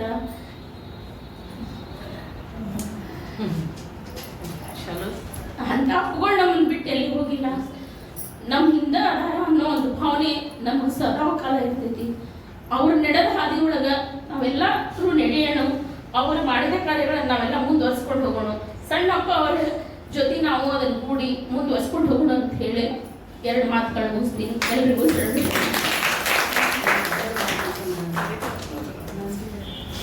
ಲೋಕದಂತೆ ಬಾರರು, ಲೋಕದಂತೆ ಇರರು, ಲೋಕದಂತೆ ಹೋಗೋ ನೋಡಯ್ಯ, ಗುರುಲಿಂಗ ದೇವ ನಿಮ್ಮ ಶರಣರು ಪಮಾತೀತರಾಗಿ ಪಮಿಸಲಾರಲ್ಲ. ನಮ್ಮ ಅಜ್ಜ ಎಷ್ಟು ಹೇಳಿದ್ರು ಕಮ್ಮಿನೇ, ಕೇಳಿದ್ರು ಕಮ್ಮಿನೇ. ಮಹಾಂತ ಜೋಳಿಗೆ ನಾವು ಬಂದಾಳಿ ನೋಡ್ತದೀವಿ ಮಾಡ್ತದೀವಿ ಅಂದ್ರೂ ಮತ್ತೆ ನಮ್ಮ ವಿಚಾರ ಆಯ್ತಿದ್ರು ಇನ್ನ ಕೇಳ್ಬೇಕು ಅನ್ಸಕತ್ತಿತ್ತು. ಹಂಗ ಅಂತ ಅವ್ರು ಅಜ್ಜಾರ್ ಹೆಂಗಿದ್ರಂದ್ರೆ ಯಾರಿಗೂ ಅನ್ಸ್ತಿದ್ದಿಲ್ಲ. ಅವ್ರು ನ್ಯಾಯ ನಿಷ್ಠೂರಿ ದಾಕ್ಷಿಣ್ಯಪರ ನಾನಲ್ಲ, ಲೋಕ ವಿರೋಧಿ ಶರಣ ಯಾರಿಗೂ ಅಂಜೋನಲ್ಲ, ಹಂಗಿದ್ರು ಅವ್ರು.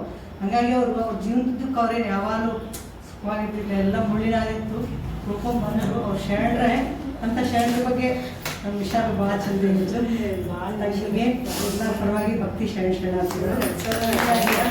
ಉಪನ್ಯಾಸ ಮಾಡಿಕೊಂಡು ಶರಣೆ ಅನುಪಮಾ ತಾಯಿಯವ್ರದ್ದು ಸಹಕಾರತ್ವ ಬಗ್ಗೆ ನಮ್ಮ ತಂಗಿ ತನ್ನ ಅನುಭವ ಹೇಳ್ಬೇಕಂತ ಕೇಳಿ ಕೋರ್ಕೊಂಡು.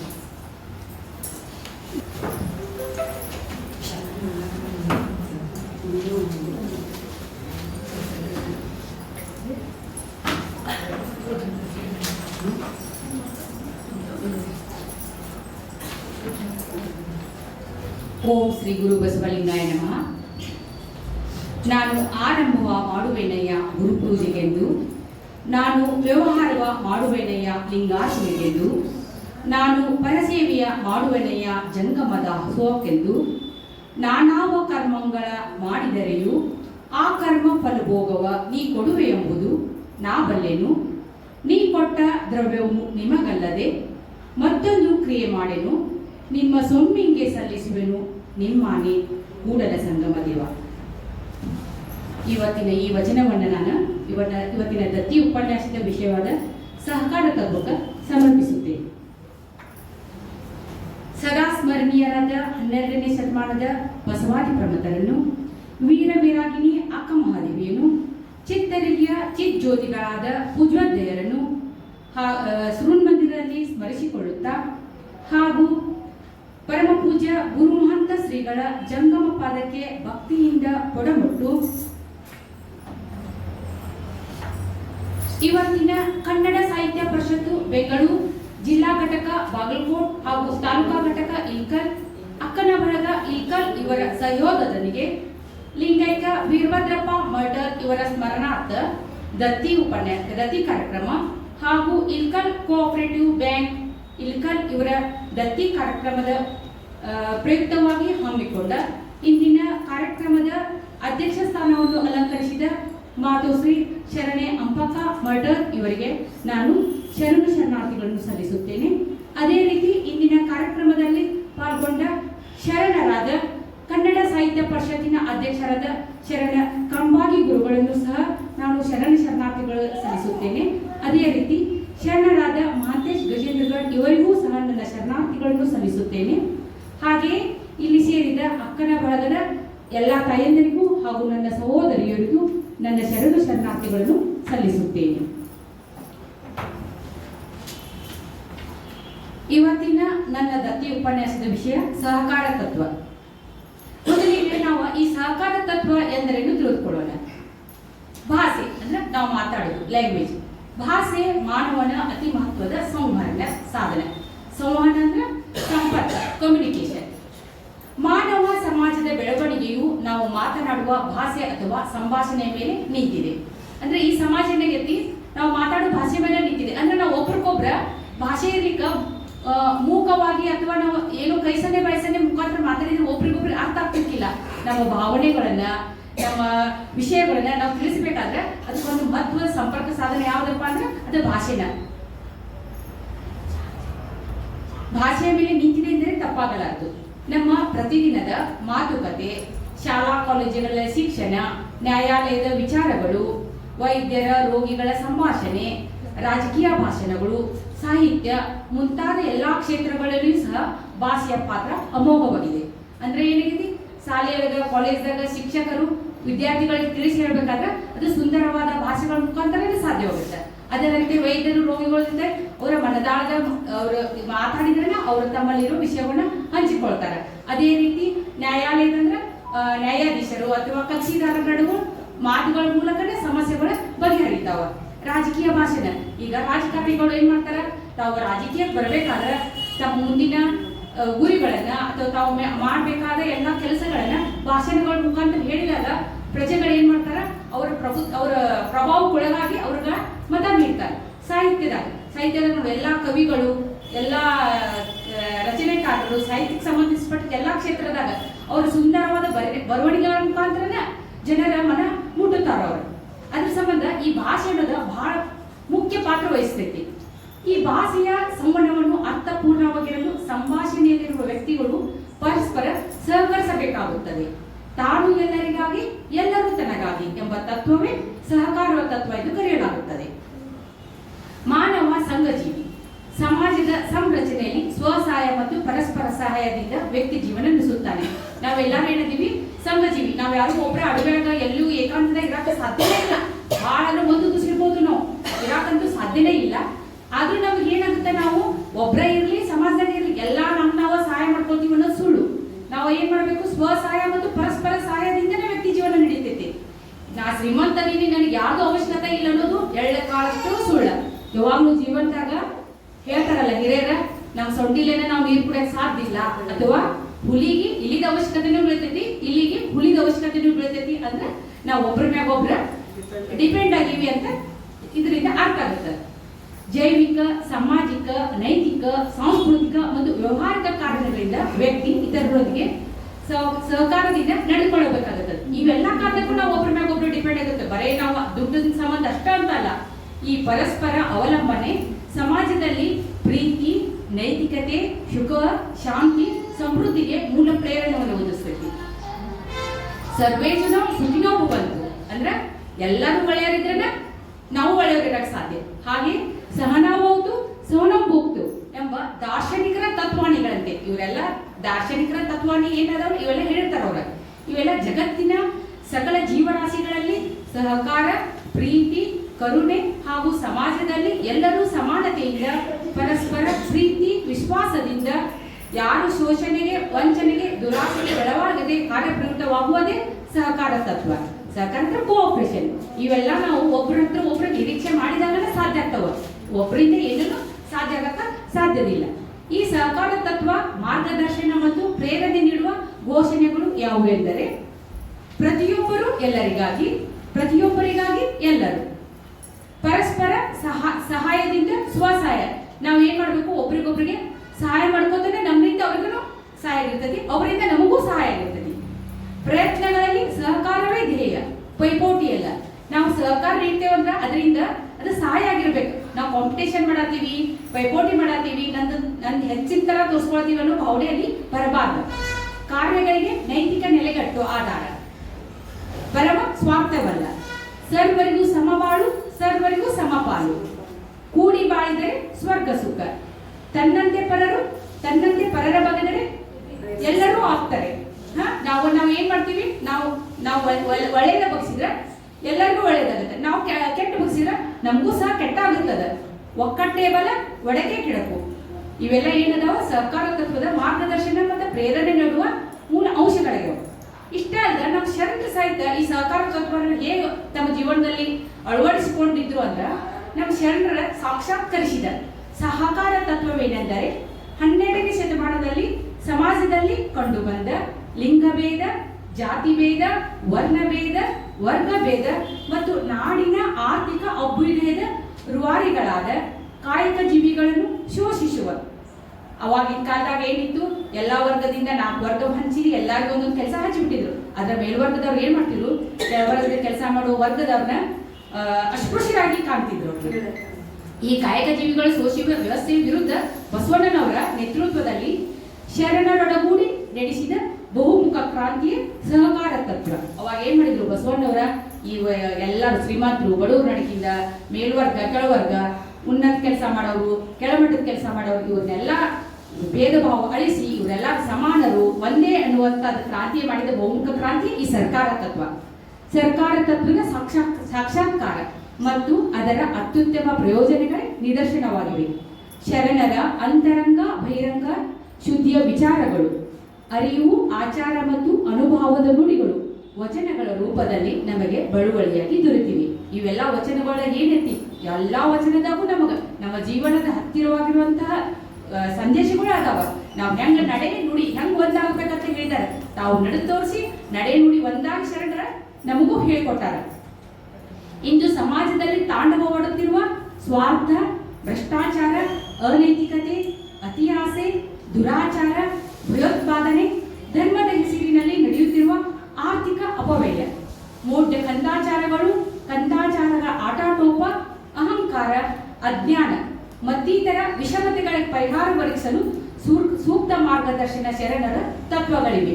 ಈಗ ನಡೀತಿರುವ ಎಲ್ಲ ಇಂದಿನ ಕಾಲದಾಗ ಏನೇ ನಡೆಯಕತ್ತವಲ್ಲ, ಅವಾಗ 12ನೇ ಶತಮಾನದ ಶರಣರ ಇವತ್ತು ನಡೀತಿರುವ ವಿಷಯಗಳಿಗೆ ಅಂದವರ ತಮ್ಮ ವಚನದಲ್ಲಿ ನಮಗ ಹೇಳಿದ್ದಾರೆ. ಮಾನವ ಉಗಮದಿಂದ ನೋಡಲಾಗಿ ಆಹಾರ ಹುಡುಕಾಟ, ಬೇಟೆ, ಕೃಷಿ, ರಕ್ಷಣೆ ಇವೆಲ್ಲವುಗಳು ಒಬ್ಬರನ್ನು ಮತ್ತೊಬ್ಬರು ಆಶ್ರಯಿಸಿದರು. ಯಾವಾಗಲೂ ನಾವು ಮಾನವ ಜನಾಮ ಯಾವಾಗ ಸ್ಟಾರ್ಟ್ ಆಯ್ತಲ್ಲ ಅವಾಗಿಂದ ನಾವೇನ್ ಮಾಡಿದ್ದೀವಿ, ಫಸ್ಟ್ ಈಗಿನಷ್ಟು ಅವಾಗ ಎಲ್ಲ ಸೌಲಭ್ಯಗಳು ಇದ್ದಿರ್ಲಿಲ್ಲ. ಅವಾಗ ಏನ್ ಮಾಡ್ತಿದ್ರು, ಮಾನವ ತನ್ನ ಹೊಟ್ಟೆ ಪಾಡಿಗಾಗಿ ಆಹಾರ ಹುಡುಕಾಡಕತ್ತ. ಆಹಾರ ಹುಡುಕಾಡೋದವಾಗ ಅರಣ್ಯದಲ್ಲಿರುವ ಕಂದಮೂಲಗಳು ಅಥವಾ ಪ್ರಾಣಿಗಳನ್ನ ಅವುಗಳನ್ನ ಬೇಟೆ ಆಡ್ತಿದ್ದ. ಮುಂದೆ ಸ್ವಲ್ಪ ದಿವಸ ಆದ್ಮೇಲೆ ಏನ್ ಮಾಡಕತ್ತ, ಕೃಷಿ ಅವಲಂಬಿತನಾದ. ಮುಂದೆ ತನ್ನ ರಕ್ಷಣೆಗಾಗಿ ಏನ್ ಮಾಡಕತ್ತ, ರಕ್ಷಣೆ ಪಡೆಯುವ ವಿಚಾರಗಳನ್ನ ಅವ ವಿಚಾರ ಸ್ಟಾರ್ಟ್ ಮಾಡಿದ. ಇವೆಲ್ಲವುಗಳಲ್ಲಿ ಒಬ್ಬರನ್ನು ಮತ್ತೊಬ್ಬರು ಆಶ್ರಯಿಸುವುದೇ ಸಹಕಾರ. ಈ ಸಹಕಾರ ತತ್ವ ಅವಾಗಾದ್ರೂ ಒಬ್ರಿಗೊಬ್ರಿಗೆ ಬೇಕಾಗಿತ್ತ. ಮನುಷ್ಯ ತನ್ನ ಬೇಕು ಬೇಡಿಕೆಗಳನ್ನು ತಾನೇ ಪೂರೈಸಿಕೊಳ್ಳಲಾರ. ಪರಸ್ಪರ ಅವಲಂಬನೆ, ಸಹಾಯ ಅನಿವಾರ್ಯವೇ ಸಹಕಾರ ತತ್ವ. ಇದೇನಾಗಿತ್ತು, ನಮ್ಮ ಸಹಕಾರ ತತ್ವ ಬೆಳಿಬೇಕಾಗ್ತದೆ. ನಾವು ಅಷ್ಟೇ ಬೆಳೆದಿದ್ದು ನಾವು ತಿನ್ನಕ್ಕೆ ಸಾಧ್ಯ ಇಲ್ಲ. ನಾವೇ ಎಲ್ಲಾನು ಕೆಲಸ ಮಾಡ್ಕೊಂಡು, ನಾವು ಬಟ್ಟಿನೂ ನೇಯೋದು, ಕೃಷಿನೂ ಮಾಡೋದು ಎಲ್ಲ ನಾವು ಮಾಡ್ಕೊಳಕ್ ಸಾಧ್ಯ ಇಲ್ಲಲ್ಲ. ನಾವು ಒಬ್ರ ಮ್ಯಾಗ ಅವಲಂಬನೆ ಆಗಬೇಕು. ಈ ಅವಲಂಬನೆ ಅನಿವಾರ್ಯವೇ ಮತ್ತೇನಾಗಿತ್ತಂದ್ರೆ ಸಹಕಾರ ತತ್ವದ ಮೂಲ ತತ್ವವಾದ್ದು. ನಾಗರಿಕತೆ ಬೆಳೆದಂತೆಲ್ಲ ಬೇಡಿಕೆ, ಹೂಡಿಕೆ, ಉತ್ಪಾದನೆ, ಖರ್ಚು ವೆಚ್ಚ, ಜೀವನ ನಿರ್ವಹಣೆ ಕಷ್ಟವಾದಾಗ ಸಾಲ ಕೈಗಡೆ ತರುವುದು ಶ್ರೀಮಂತ, ಮಾಲೀಕ, ವರ್ತಕ, ಕೂಲಿಕಾರ, ಬಡವ, ಇದು ಬಡವರ ಶೋಷಣೆಗೆ ನಾಂದಿಯಾಯಿತು.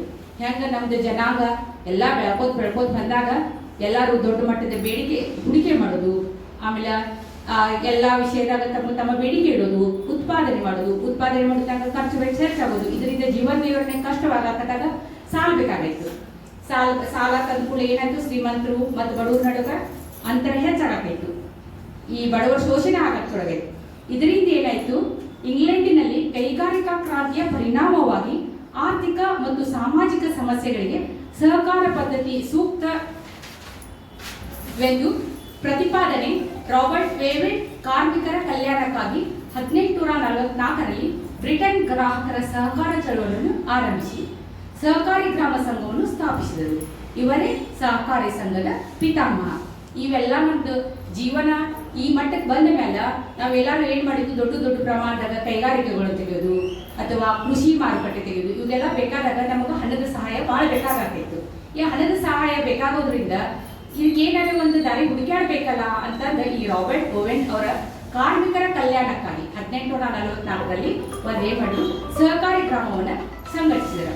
ಇವರೇ ಸಹಕಾರಿ ಸಂಘದ ಪಿತಾಮಹ. ಈಗೇನ ಬ್ಯಾಂಕ್ಗಳು, ಸಹಕಾರಿ ಸಂಘಗಳು, ಚಿಟ್ ಫಂಡ್ಸ್ ಅಂತ ಎಲ್ಲ ಅದಾವಲ್ಲ, ಈ ತರದ ಮೂಲ ರೂವಾರಿ, ಈ ತರದ ಮೂಲ ಇದಕ್ಕೊಂದು ಹುಡುಕಾಡಿದವರ ಈ ಸಂಘದ ಸ್ಥಾಪನೆ ಮಾಡ್ಬೇಕಂದವ್ರೆ ಇವರು. ಮುಂದೆ ಜರ್ಮನ್ ದೇಶದ ಸೇನಾಧಿಕಾರಿ ರೈಪಿಚಾನ್ ಬಡ ರೈತರ ಅಭಿವೃದ್ಧಿಗೆ ಕ್ರೆಡಿಟ್ ಸೊಸೈಟಿಯನ್ನು ಸ್ಥಾಪಿಸಿದರು. ಹಾಗೆಯೇ ಅದೇ ದೇಶದ ಜರ್ಮನ್ ರೂಲ್ಸ್ ಬಡ ವ್ಯಾಪಾರಿಗಳಿಗೆ, ಕೆಳವರ್ಗದವರಿಗೆ ಆರ್ಥಿಕ ಸ್ಥಿತಿ ಸುಧಾರಿಸಲು ಸಹಕಾರಿ ಸಂಘ ಸ್ಥಾಪಿಸಿದರು. ಅದೇ ರೀತಿ ಜರ್ಮನ್ ದೇಶದಾಗ ಸಹಿತ ಇವರ ರೈಪಿಚಾನ್ ಅನ್ನೋರು ಏನ್ ಮಾಡಿದ್ರು, ಬಡ ರೈತರಿಗೆ ಅಭಿವೃದ್ಧಿ ಕ್ರೆಡಿಟ್ ಸೊಸೈಟಿ ಮಾಡಿದರು. ಬಡ ವ್ಯಾಪಾರಿಗಳಿಗೆ, ಕೆಳವರ್ಗದವರಿಗೆ ಆರ್ಥಿಕ ಸ್ಥಿತಿ ಸುಧಾರಿಸಲು ಸಹಕಾರ ಸಂಘ ಸ್ಥಾಪಿಸಿದರು. ಹೀಗೆ ಜರ್ಮನ್ ದೇಶದಲ್ಲಿ ಪಟ್ಟಣ ಸಹಕಾರಿ ಸಂಘ, ಕೃಷಿ ಪತ್ತಿನ ಸಂಘಗಳ ಸ್ಥಾಪನೆ ಆದವು. ಆಗಿನ ಕಾಲದ 1844 ಸಹಿತ ಜರ್ಮನ್ ಕೆನಡಾದಾಗ ಏನ್ ಮಾಡಿದ್ರು, ಇವೆಲ್ಲ ಸ್ಟಾರ್ಟ್ ಮಾಡಿದರು. ಅದೇ ವೇಳೆಯಲ್ಲಿ ಜಗತ್ತಿನ ಹಲವಾರು ದೇಶಗಳಲ್ಲಿ ಜರ್ಮನ್, ಬ್ರಿಟನ್, ಇಂಗ್ಲೆಂಡ್, ಕೆನಡಾಗಳು ಸಹ ಸಹಕಾರಿ ಸಂಘಗಳು ಪ್ರಾರಂಭಗೊಂಡವು. ಈ ಬ್ಯಾಂಕುಗಳ ಜನಪ್ರಿಯತೆ ಮತ್ತು ದೀನದಲಿತರ, ಕೃಷಿಕರ, ಶ್ರಮಿಕರ ಬಾಳಿಗೆ ಚೈತನ್ಯದಾಯ ಆದವು.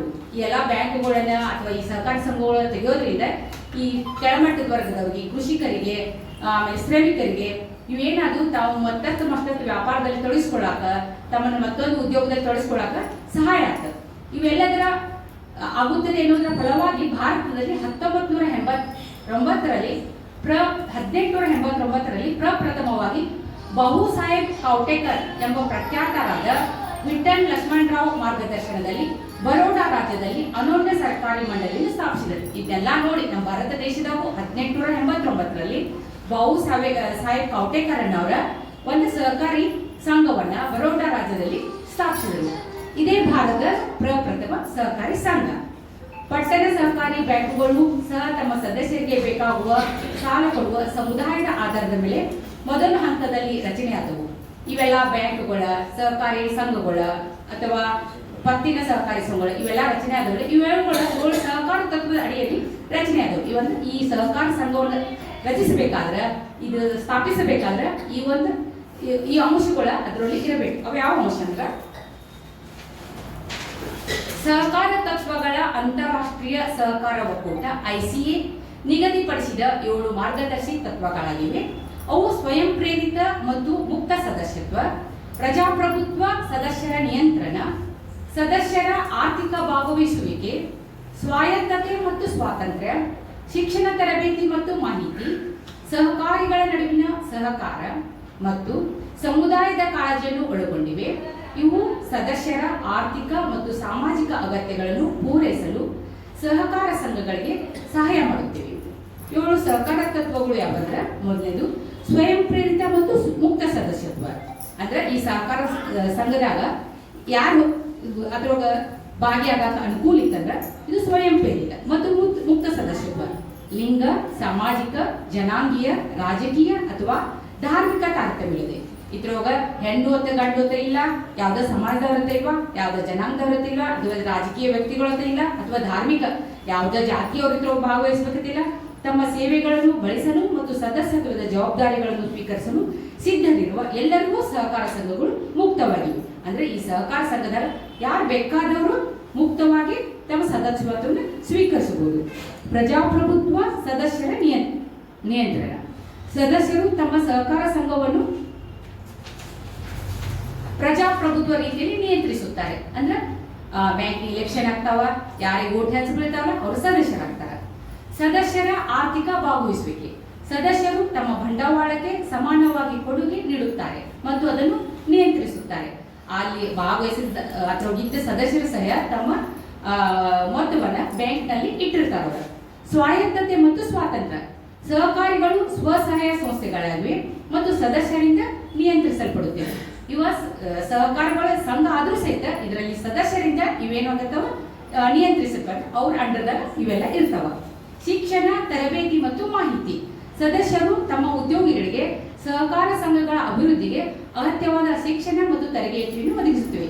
ಎಲ್ಲ ಸಹಕಾರಿ ಸಂಘಗಳ ತಮ್ಮ ಉದ್ಯೋಗಿಗಳಿಗೆ ಕಾಲಕ್ಕೆ ತಕ್ಕಂಥ ಹೊಸ ಹೊಸ ವಿಷಯಗಳನ್ನ ತಮ್ಮ ಸಹಕಾರ ಸಂಘದಲ್ಲಿ ಅಳವಡಿಸ್ಕೊಳಕ ಅವ್ರಿಗೆ ಏನ್ ಮಾಡ್ತಾರ, ಅವರಿಗೆ ಟ್ರೈನಿಂಗ್ ಕೊಡ್ತಿರ್ತಾರ ಅಥವಾ ಅದ್ರ ಬಗ್ಗೆ ಶಿಕ್ಷಣವನ್ನು ಕೊಡ್ತಿರ್ತಾರ. ಸಹಕಾರಿಗಳ ನಡುವಿನ ಸಹಕಾರ. ಸ್ಥಳೀಯ, ರಾಷ್ಟ್ರೀಯ, ಅಂತಾರಾಷ್ಟ್ರೀಯ ಮಟ್ಟದಲ್ಲಿ ಸಹಕಾರಿಗಳು ಒಟ್ಟಾಗಿ ಕೆಲಸ ಮಾಡುತ್ತಾರೆ. ಅಂದ್ರೆ ಬ್ಯಾಂಕ್, ಇಂಟರ್ನ್ಯಾಷನಲ್ ಬ್ಯಾಂಕ್, ರಾಷ್ಟ್ರೀಯ ಅಥವಾ ಇವೆಲ್ಲ ಏನ್ ಮಾಡ್ತಾವ, ಲೋಕಲ್, ಇವರೆಲ್ಲ ಒಂದಕ್ಕೊಬ್ರು ಒಟ್ಟಾಗಿ ಕೆಲಸ ಮಾಡ್ತಾರೆ.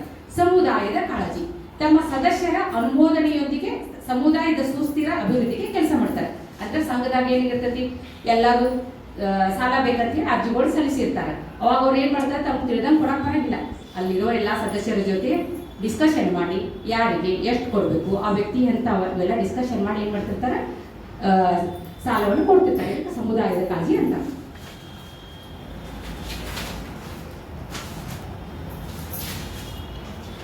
ಮುಂದೆ 1904ರಲ್ಲಿ ಸಹಕಾರಿ ಸಂಘಗಳ ಕಾಯ್ದೆಯ ಈ ಚಳುವಳಿಯು ಅಕ್ಟೋಬರ್ದಲ್ಲಿ ಪೂರ್ವದ ಮದ್ರಾಸಿನ ಕಾಂಚೀವರಂದಲ್ಲಿ ಪ್ರಾರಂಭವಾಯಿತು. ಜನಪ್ರಿಯ ಹೆಚ್ಚಿದಂತೆಲ್ಲ ಸಹಕಾರಿ ಸಂಘಗಳ ಜನರ ಒಲವು ಮೂಡಿತು. 1904ರಲ್ಲಿ ಏನ್ ಮಾಡಿದ್ವಿ, ಇವೆಲ್ಲ ಸಹಕಾರಿ ಸಂಘಗಳು ಅಲ್ಲೋದು ಇಲ್ಲೋದು ದೇಶದಲ್ಲಿ ತಲೆ ಎತ್ತಾಕತ್ತು. ಇದರ ಜನಪ್ರಿಯತೆ ನೋಡಿ ಎಲ್ಲಾ ಜನರ ನಾವು ಈ ಸಹಕಾರಿ ಸಂಘದ ಸದಸ್ಯತ್ವ ಆಗಬೇಕು, ನಾವು ಇದರಿಂದ ಹೆಲ್ಪ್ ತಗೋಬೇಕು, ಇದ್ರೊಳಗೆ ನಮ್ಮ ಹಣವನ್ನು ಇಡಬೇಕು ಅಂತ ಅದರ ಹತ್ರ ಒಲವು ಮೂಡಿತು. ನಮ್ಮ ದೇಶದಲ್ಲಿ ರೈತರ, ಕಾರ್ಮಿಕರ, ಮಧ್ಯಮ ವರ್ಗದವರನ್ನು ಸಾಲ ಬಾಧೆಯಿಂದ ಮುಕ್ತಿಗೊಳಿಸಲು ಫೆಡ್ರಿಕ್ ನಿಕೋಲಸ್ ಎಂಬ ವರದಿಯನ್ನು ಬ್ರಿಟಿಷ್ ಸರ್ಕಾರಕ್ಕೆ ಕಳಿಸಿದ್ರು. ಅವಾಗ ನಮಗೆ ಬ್ರಿಟಿಷ್ ಗೌರ್ಮೆಂಟ್ ಇತ್ತು 1904ರಾಗ. ಅದರ ಫೆಡ್ರಿಕ್ ನಿಕೋಲಸ್ ಎಂಬ ವರದಿಯನ್ನು ಬ್ರಿಟಿಷ್ ಸರ್ಕಾರಕ್ಕೆ ಕಳಿಸಿದ್ದಾರೆ. ಆ ವರದಿಯ ಆಧಾರದ ಮೇಲೆ ಬ್ರಿಟಿಷ್ ಸರ್ಕಾರವು ಭಾರತದಲ್ಲಿ ಸಹಕಾರ ಚಳವಳಿ ಆರಂಭಿಸಲು ಸಹಾಯ ಮಾಡಿದರು.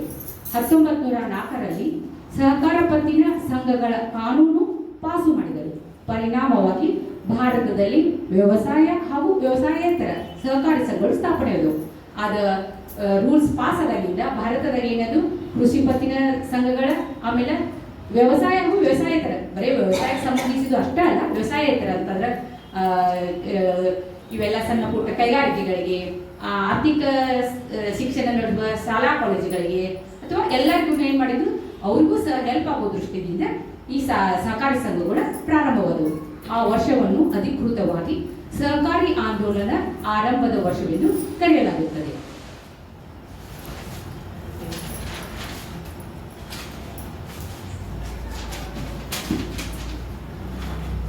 ಆದ್ರ ಇಷ್ಟೆಲ್ಲಾ ನಮ್ದು ಬ್ರಿಟಿಷ್ ಗೌರ್ಮೆಂಟ್ ಅಥವಾ ನಮ್ಮ ಭಾರತ ಅವಾಗ ಮಾಡಿದ್ರು. ಭಾರತೀಯರು ಮಾತ್ರ ಮುಕ್ತ ಮನಸ್ಸಿನಿಂದ ಇವೆಲ್ಲ ಸ್ವಾಗತಿಸಲ್ಲ, ಇನ್ನ ಸಿದ್ಧರಿರ್ಲಿಲ್ಲ ಅವರು. ಇವೆಲ್ಲ ಅವ್ರು ಏನ್ ತಿಳ್ಕೊಂಡ್ರು, ಬ್ರಿಟಿಷರ ಆಡಳಿತವನ್ನು ಕೊನೆಗಾಣಿಸಿ ಸ್ವರಾಜ್ಯ ಪಡೆಯುವ ಉದ್ದೇಶಕ್ಕಾಗಿ ಹೋರಾಟಗಳು ರೂಪುಗೊಳ್ಳುತ್ತಿದ್ದ ಸಂದರ್ಭ.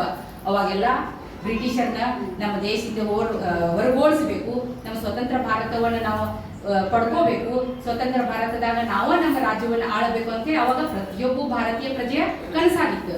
ಅದಕ್ಕಾಗಿ ಕೋಟ್ಯಾಂತರ ದೇಶಪ್ರೇಮಿಗಳ ಹೋರಾಡಿ ತಮ್ಮ ಜೀವವನ್ನು ಕಳೆದುಕೊಂಡಾರ.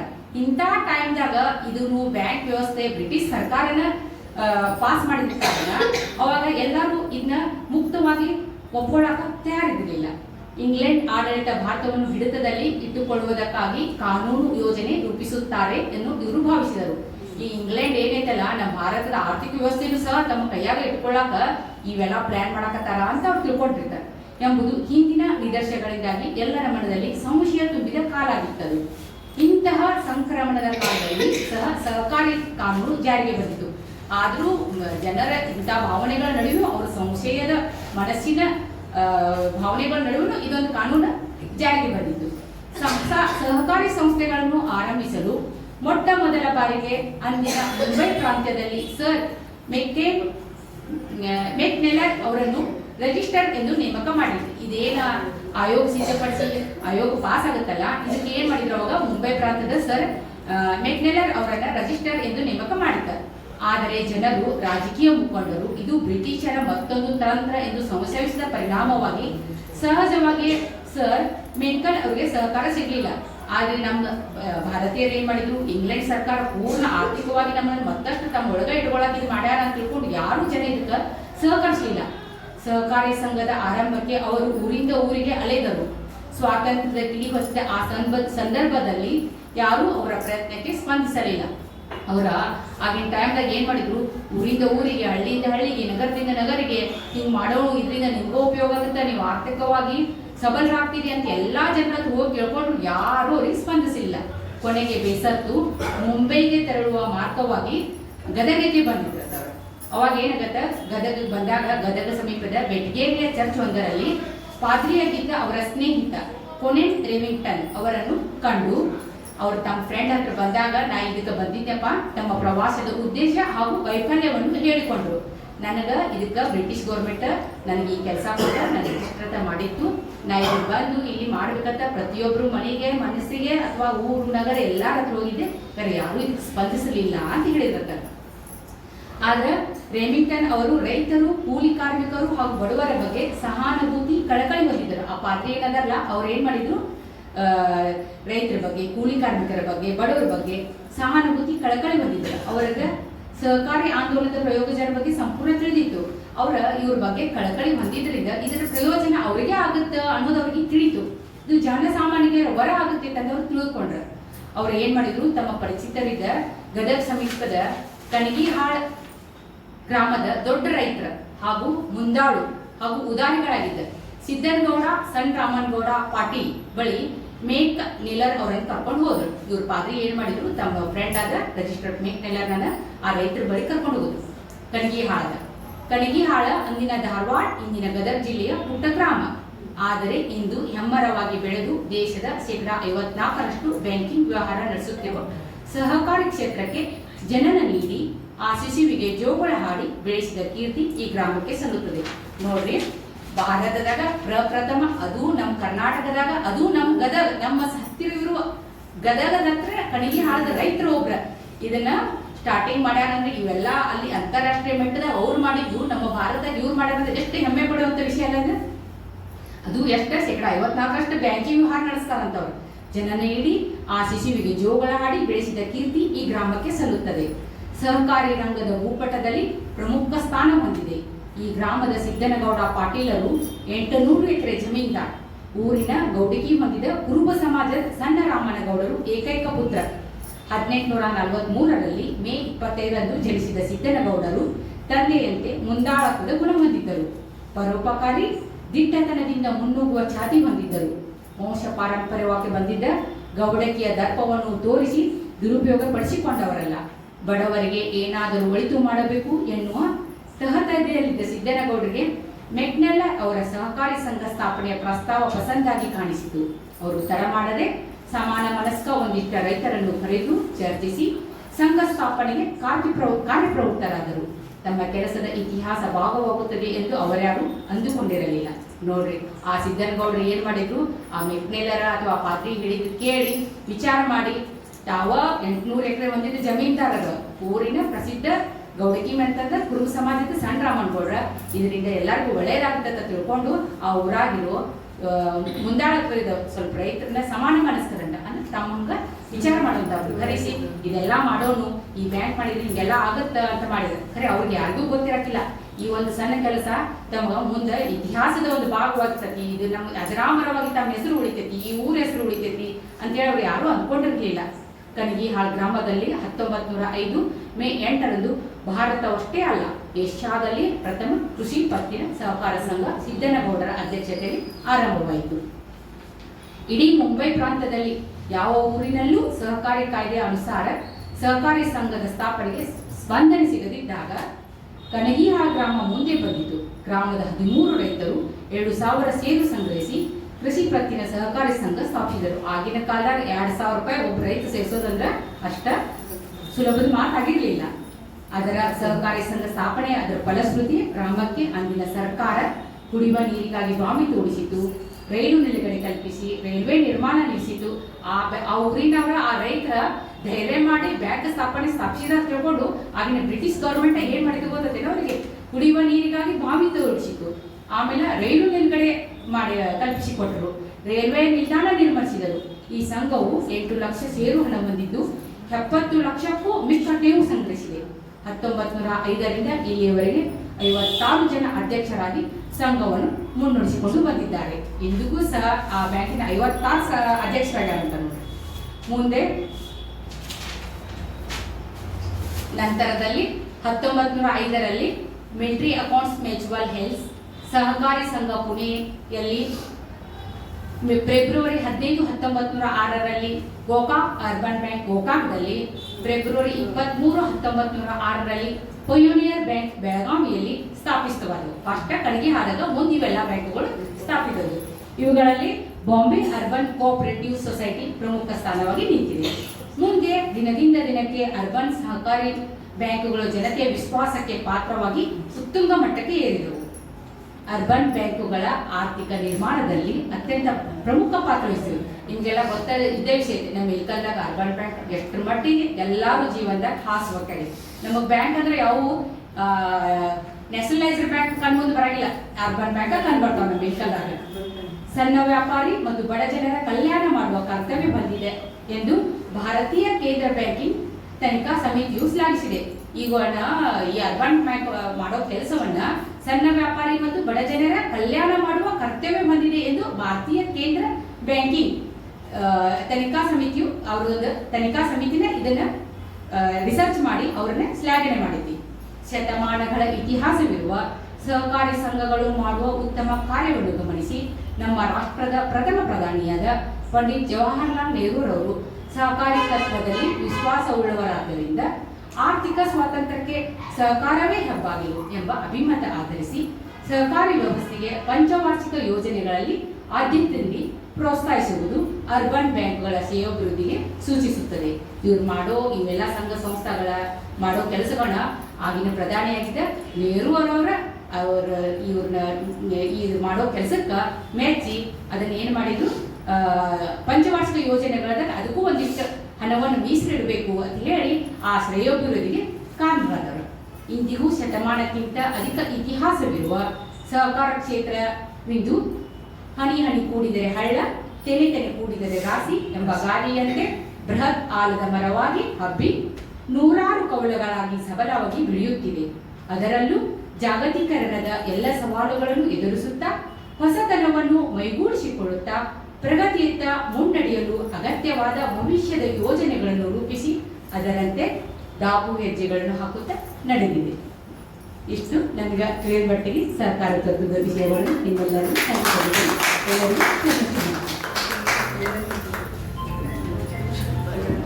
ಇವನಾರವ ಎಂದೆನಿಸದಿರಯ್ಯ, ಇವನಮ್ಮವ ಎಂದೆನಿಸಯ್ಯ, ಕುಡಲ ಸಂಗಮ ದೇವ ನಿಮ್ಮ ಮನೆಯ ಮಗನೆಂದೆನಿಸೆ ಅನ್ನಂಗೆ ಶರಣನ್ನಂಗ ಸಹಕಾರ ತತ್ವ ಅಂದ್ರೆ ಏನ್ರಿ ಅಂದ್ರೆ ಒಬ್ರಿಗೊಬ್ರು ಎಲ್ಲರೂ ನಾವು ಸಹಕಾರ ಕೊಟ್ಕೊಂಡ್ರೆ ಯಾವ್ದನ್ನ ಕೆಲಸದ ನಾವು ಯಶಸ್ವಿ ಕಾಣ್ತೀವಿ, ಒಬ್ಬರಿಂದ ಏನು ಮಾಡಕ್ ಸಾಧ್ಯ ಇಲ್ಲ ಅಂತೇಳಿ ಅದ್ರ ಬಗ್ಗೆ. ಆಮೇಲೆ ನಮ್ಮ ಸ್ವತಂತ್ರ ಪೂರ್ವದಾಗೆ ನಮ್ಮ ಕರ್ನಾಟಕದಾಗ ಎಷ್ಟೊಂದು ಬ್ಯಾಂಕ್ಗಳಾಗಿವೆ ಅಂತೇಳಿ ಎಲ್ಲ ಎಳೆಯಾಗಿ ಬಿಡಿಸಿದಂಥ ಶರಣೆ ಅನುಪಮ ಗುಮ್ಮಶೆಟ್ಟಿ ಅವರಿಗೆ ಭಕ್ತಿಪೂರ್ವಕ ಶರಣಾರ್ಥಿಗಳು.